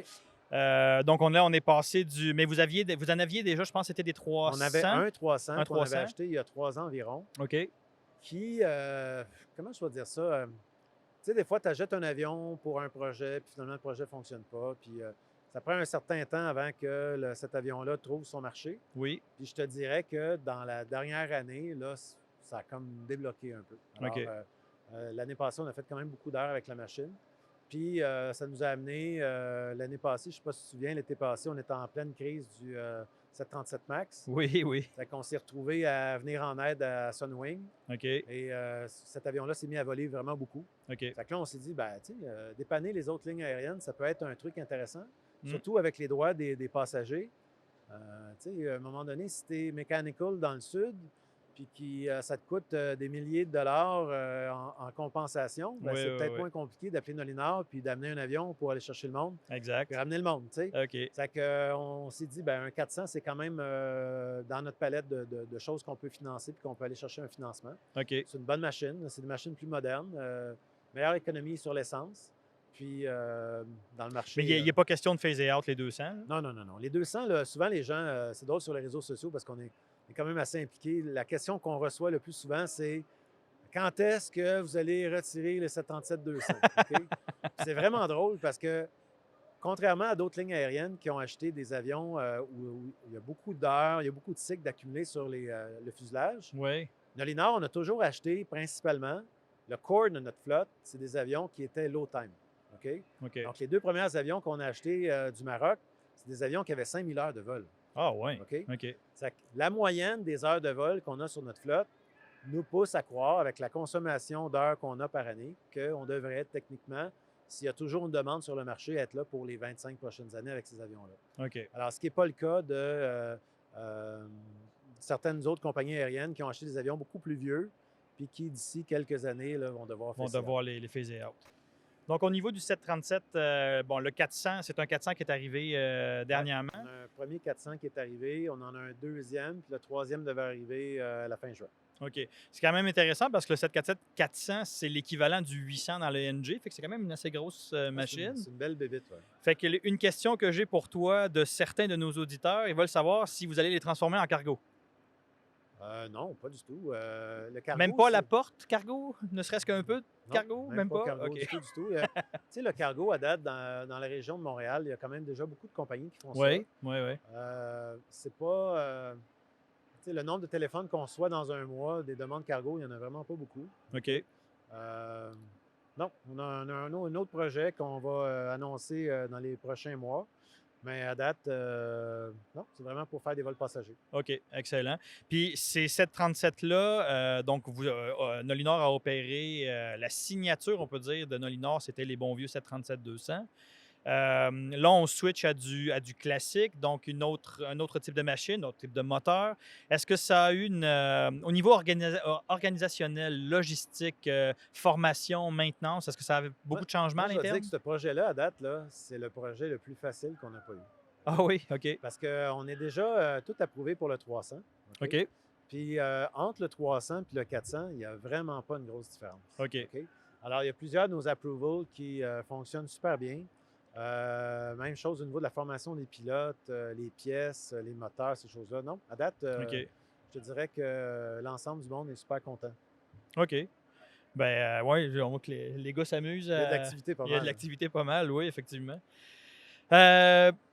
Marco Prudhomme, merci beaucoup. Merci d'être là. Ben écoute, merci pour la belle opportunité. Là, je me contiens parce que je serais vraiment comme un enfant dans un Toys R Us, mais il faut rester, faut rester tranquille et adulte, on pourrait dire. De ce temps-là, on fait de notre mieux. Hein? Ouais, non, effectivement, mais c'est très gentil, très apprécié, c'est vraiment cool. Merci d'être là. Puis écoute, quand on aura notre lancement officiel pour le 400, ça nous fera plaisir de vous inviter. Ce serait super, on sera là. Merci. Merci beaucoup. Bye. Merci tout le monde d'avoir été parmi nous aujourd'hui. C'était Claudia Ouellette. André Allard. Olivier Lacombe. Grégory Blanc. Merci tout le monde. C'est tout pour l'épisode de cette semaine. Merci d'avoir écouté Aéropod. Abonnez-vous à notre podcast sur la chaîne YouTube ou encore pour la version audio sur iTunes, Google Podcasts, Spotify ou votre plateforme préférée.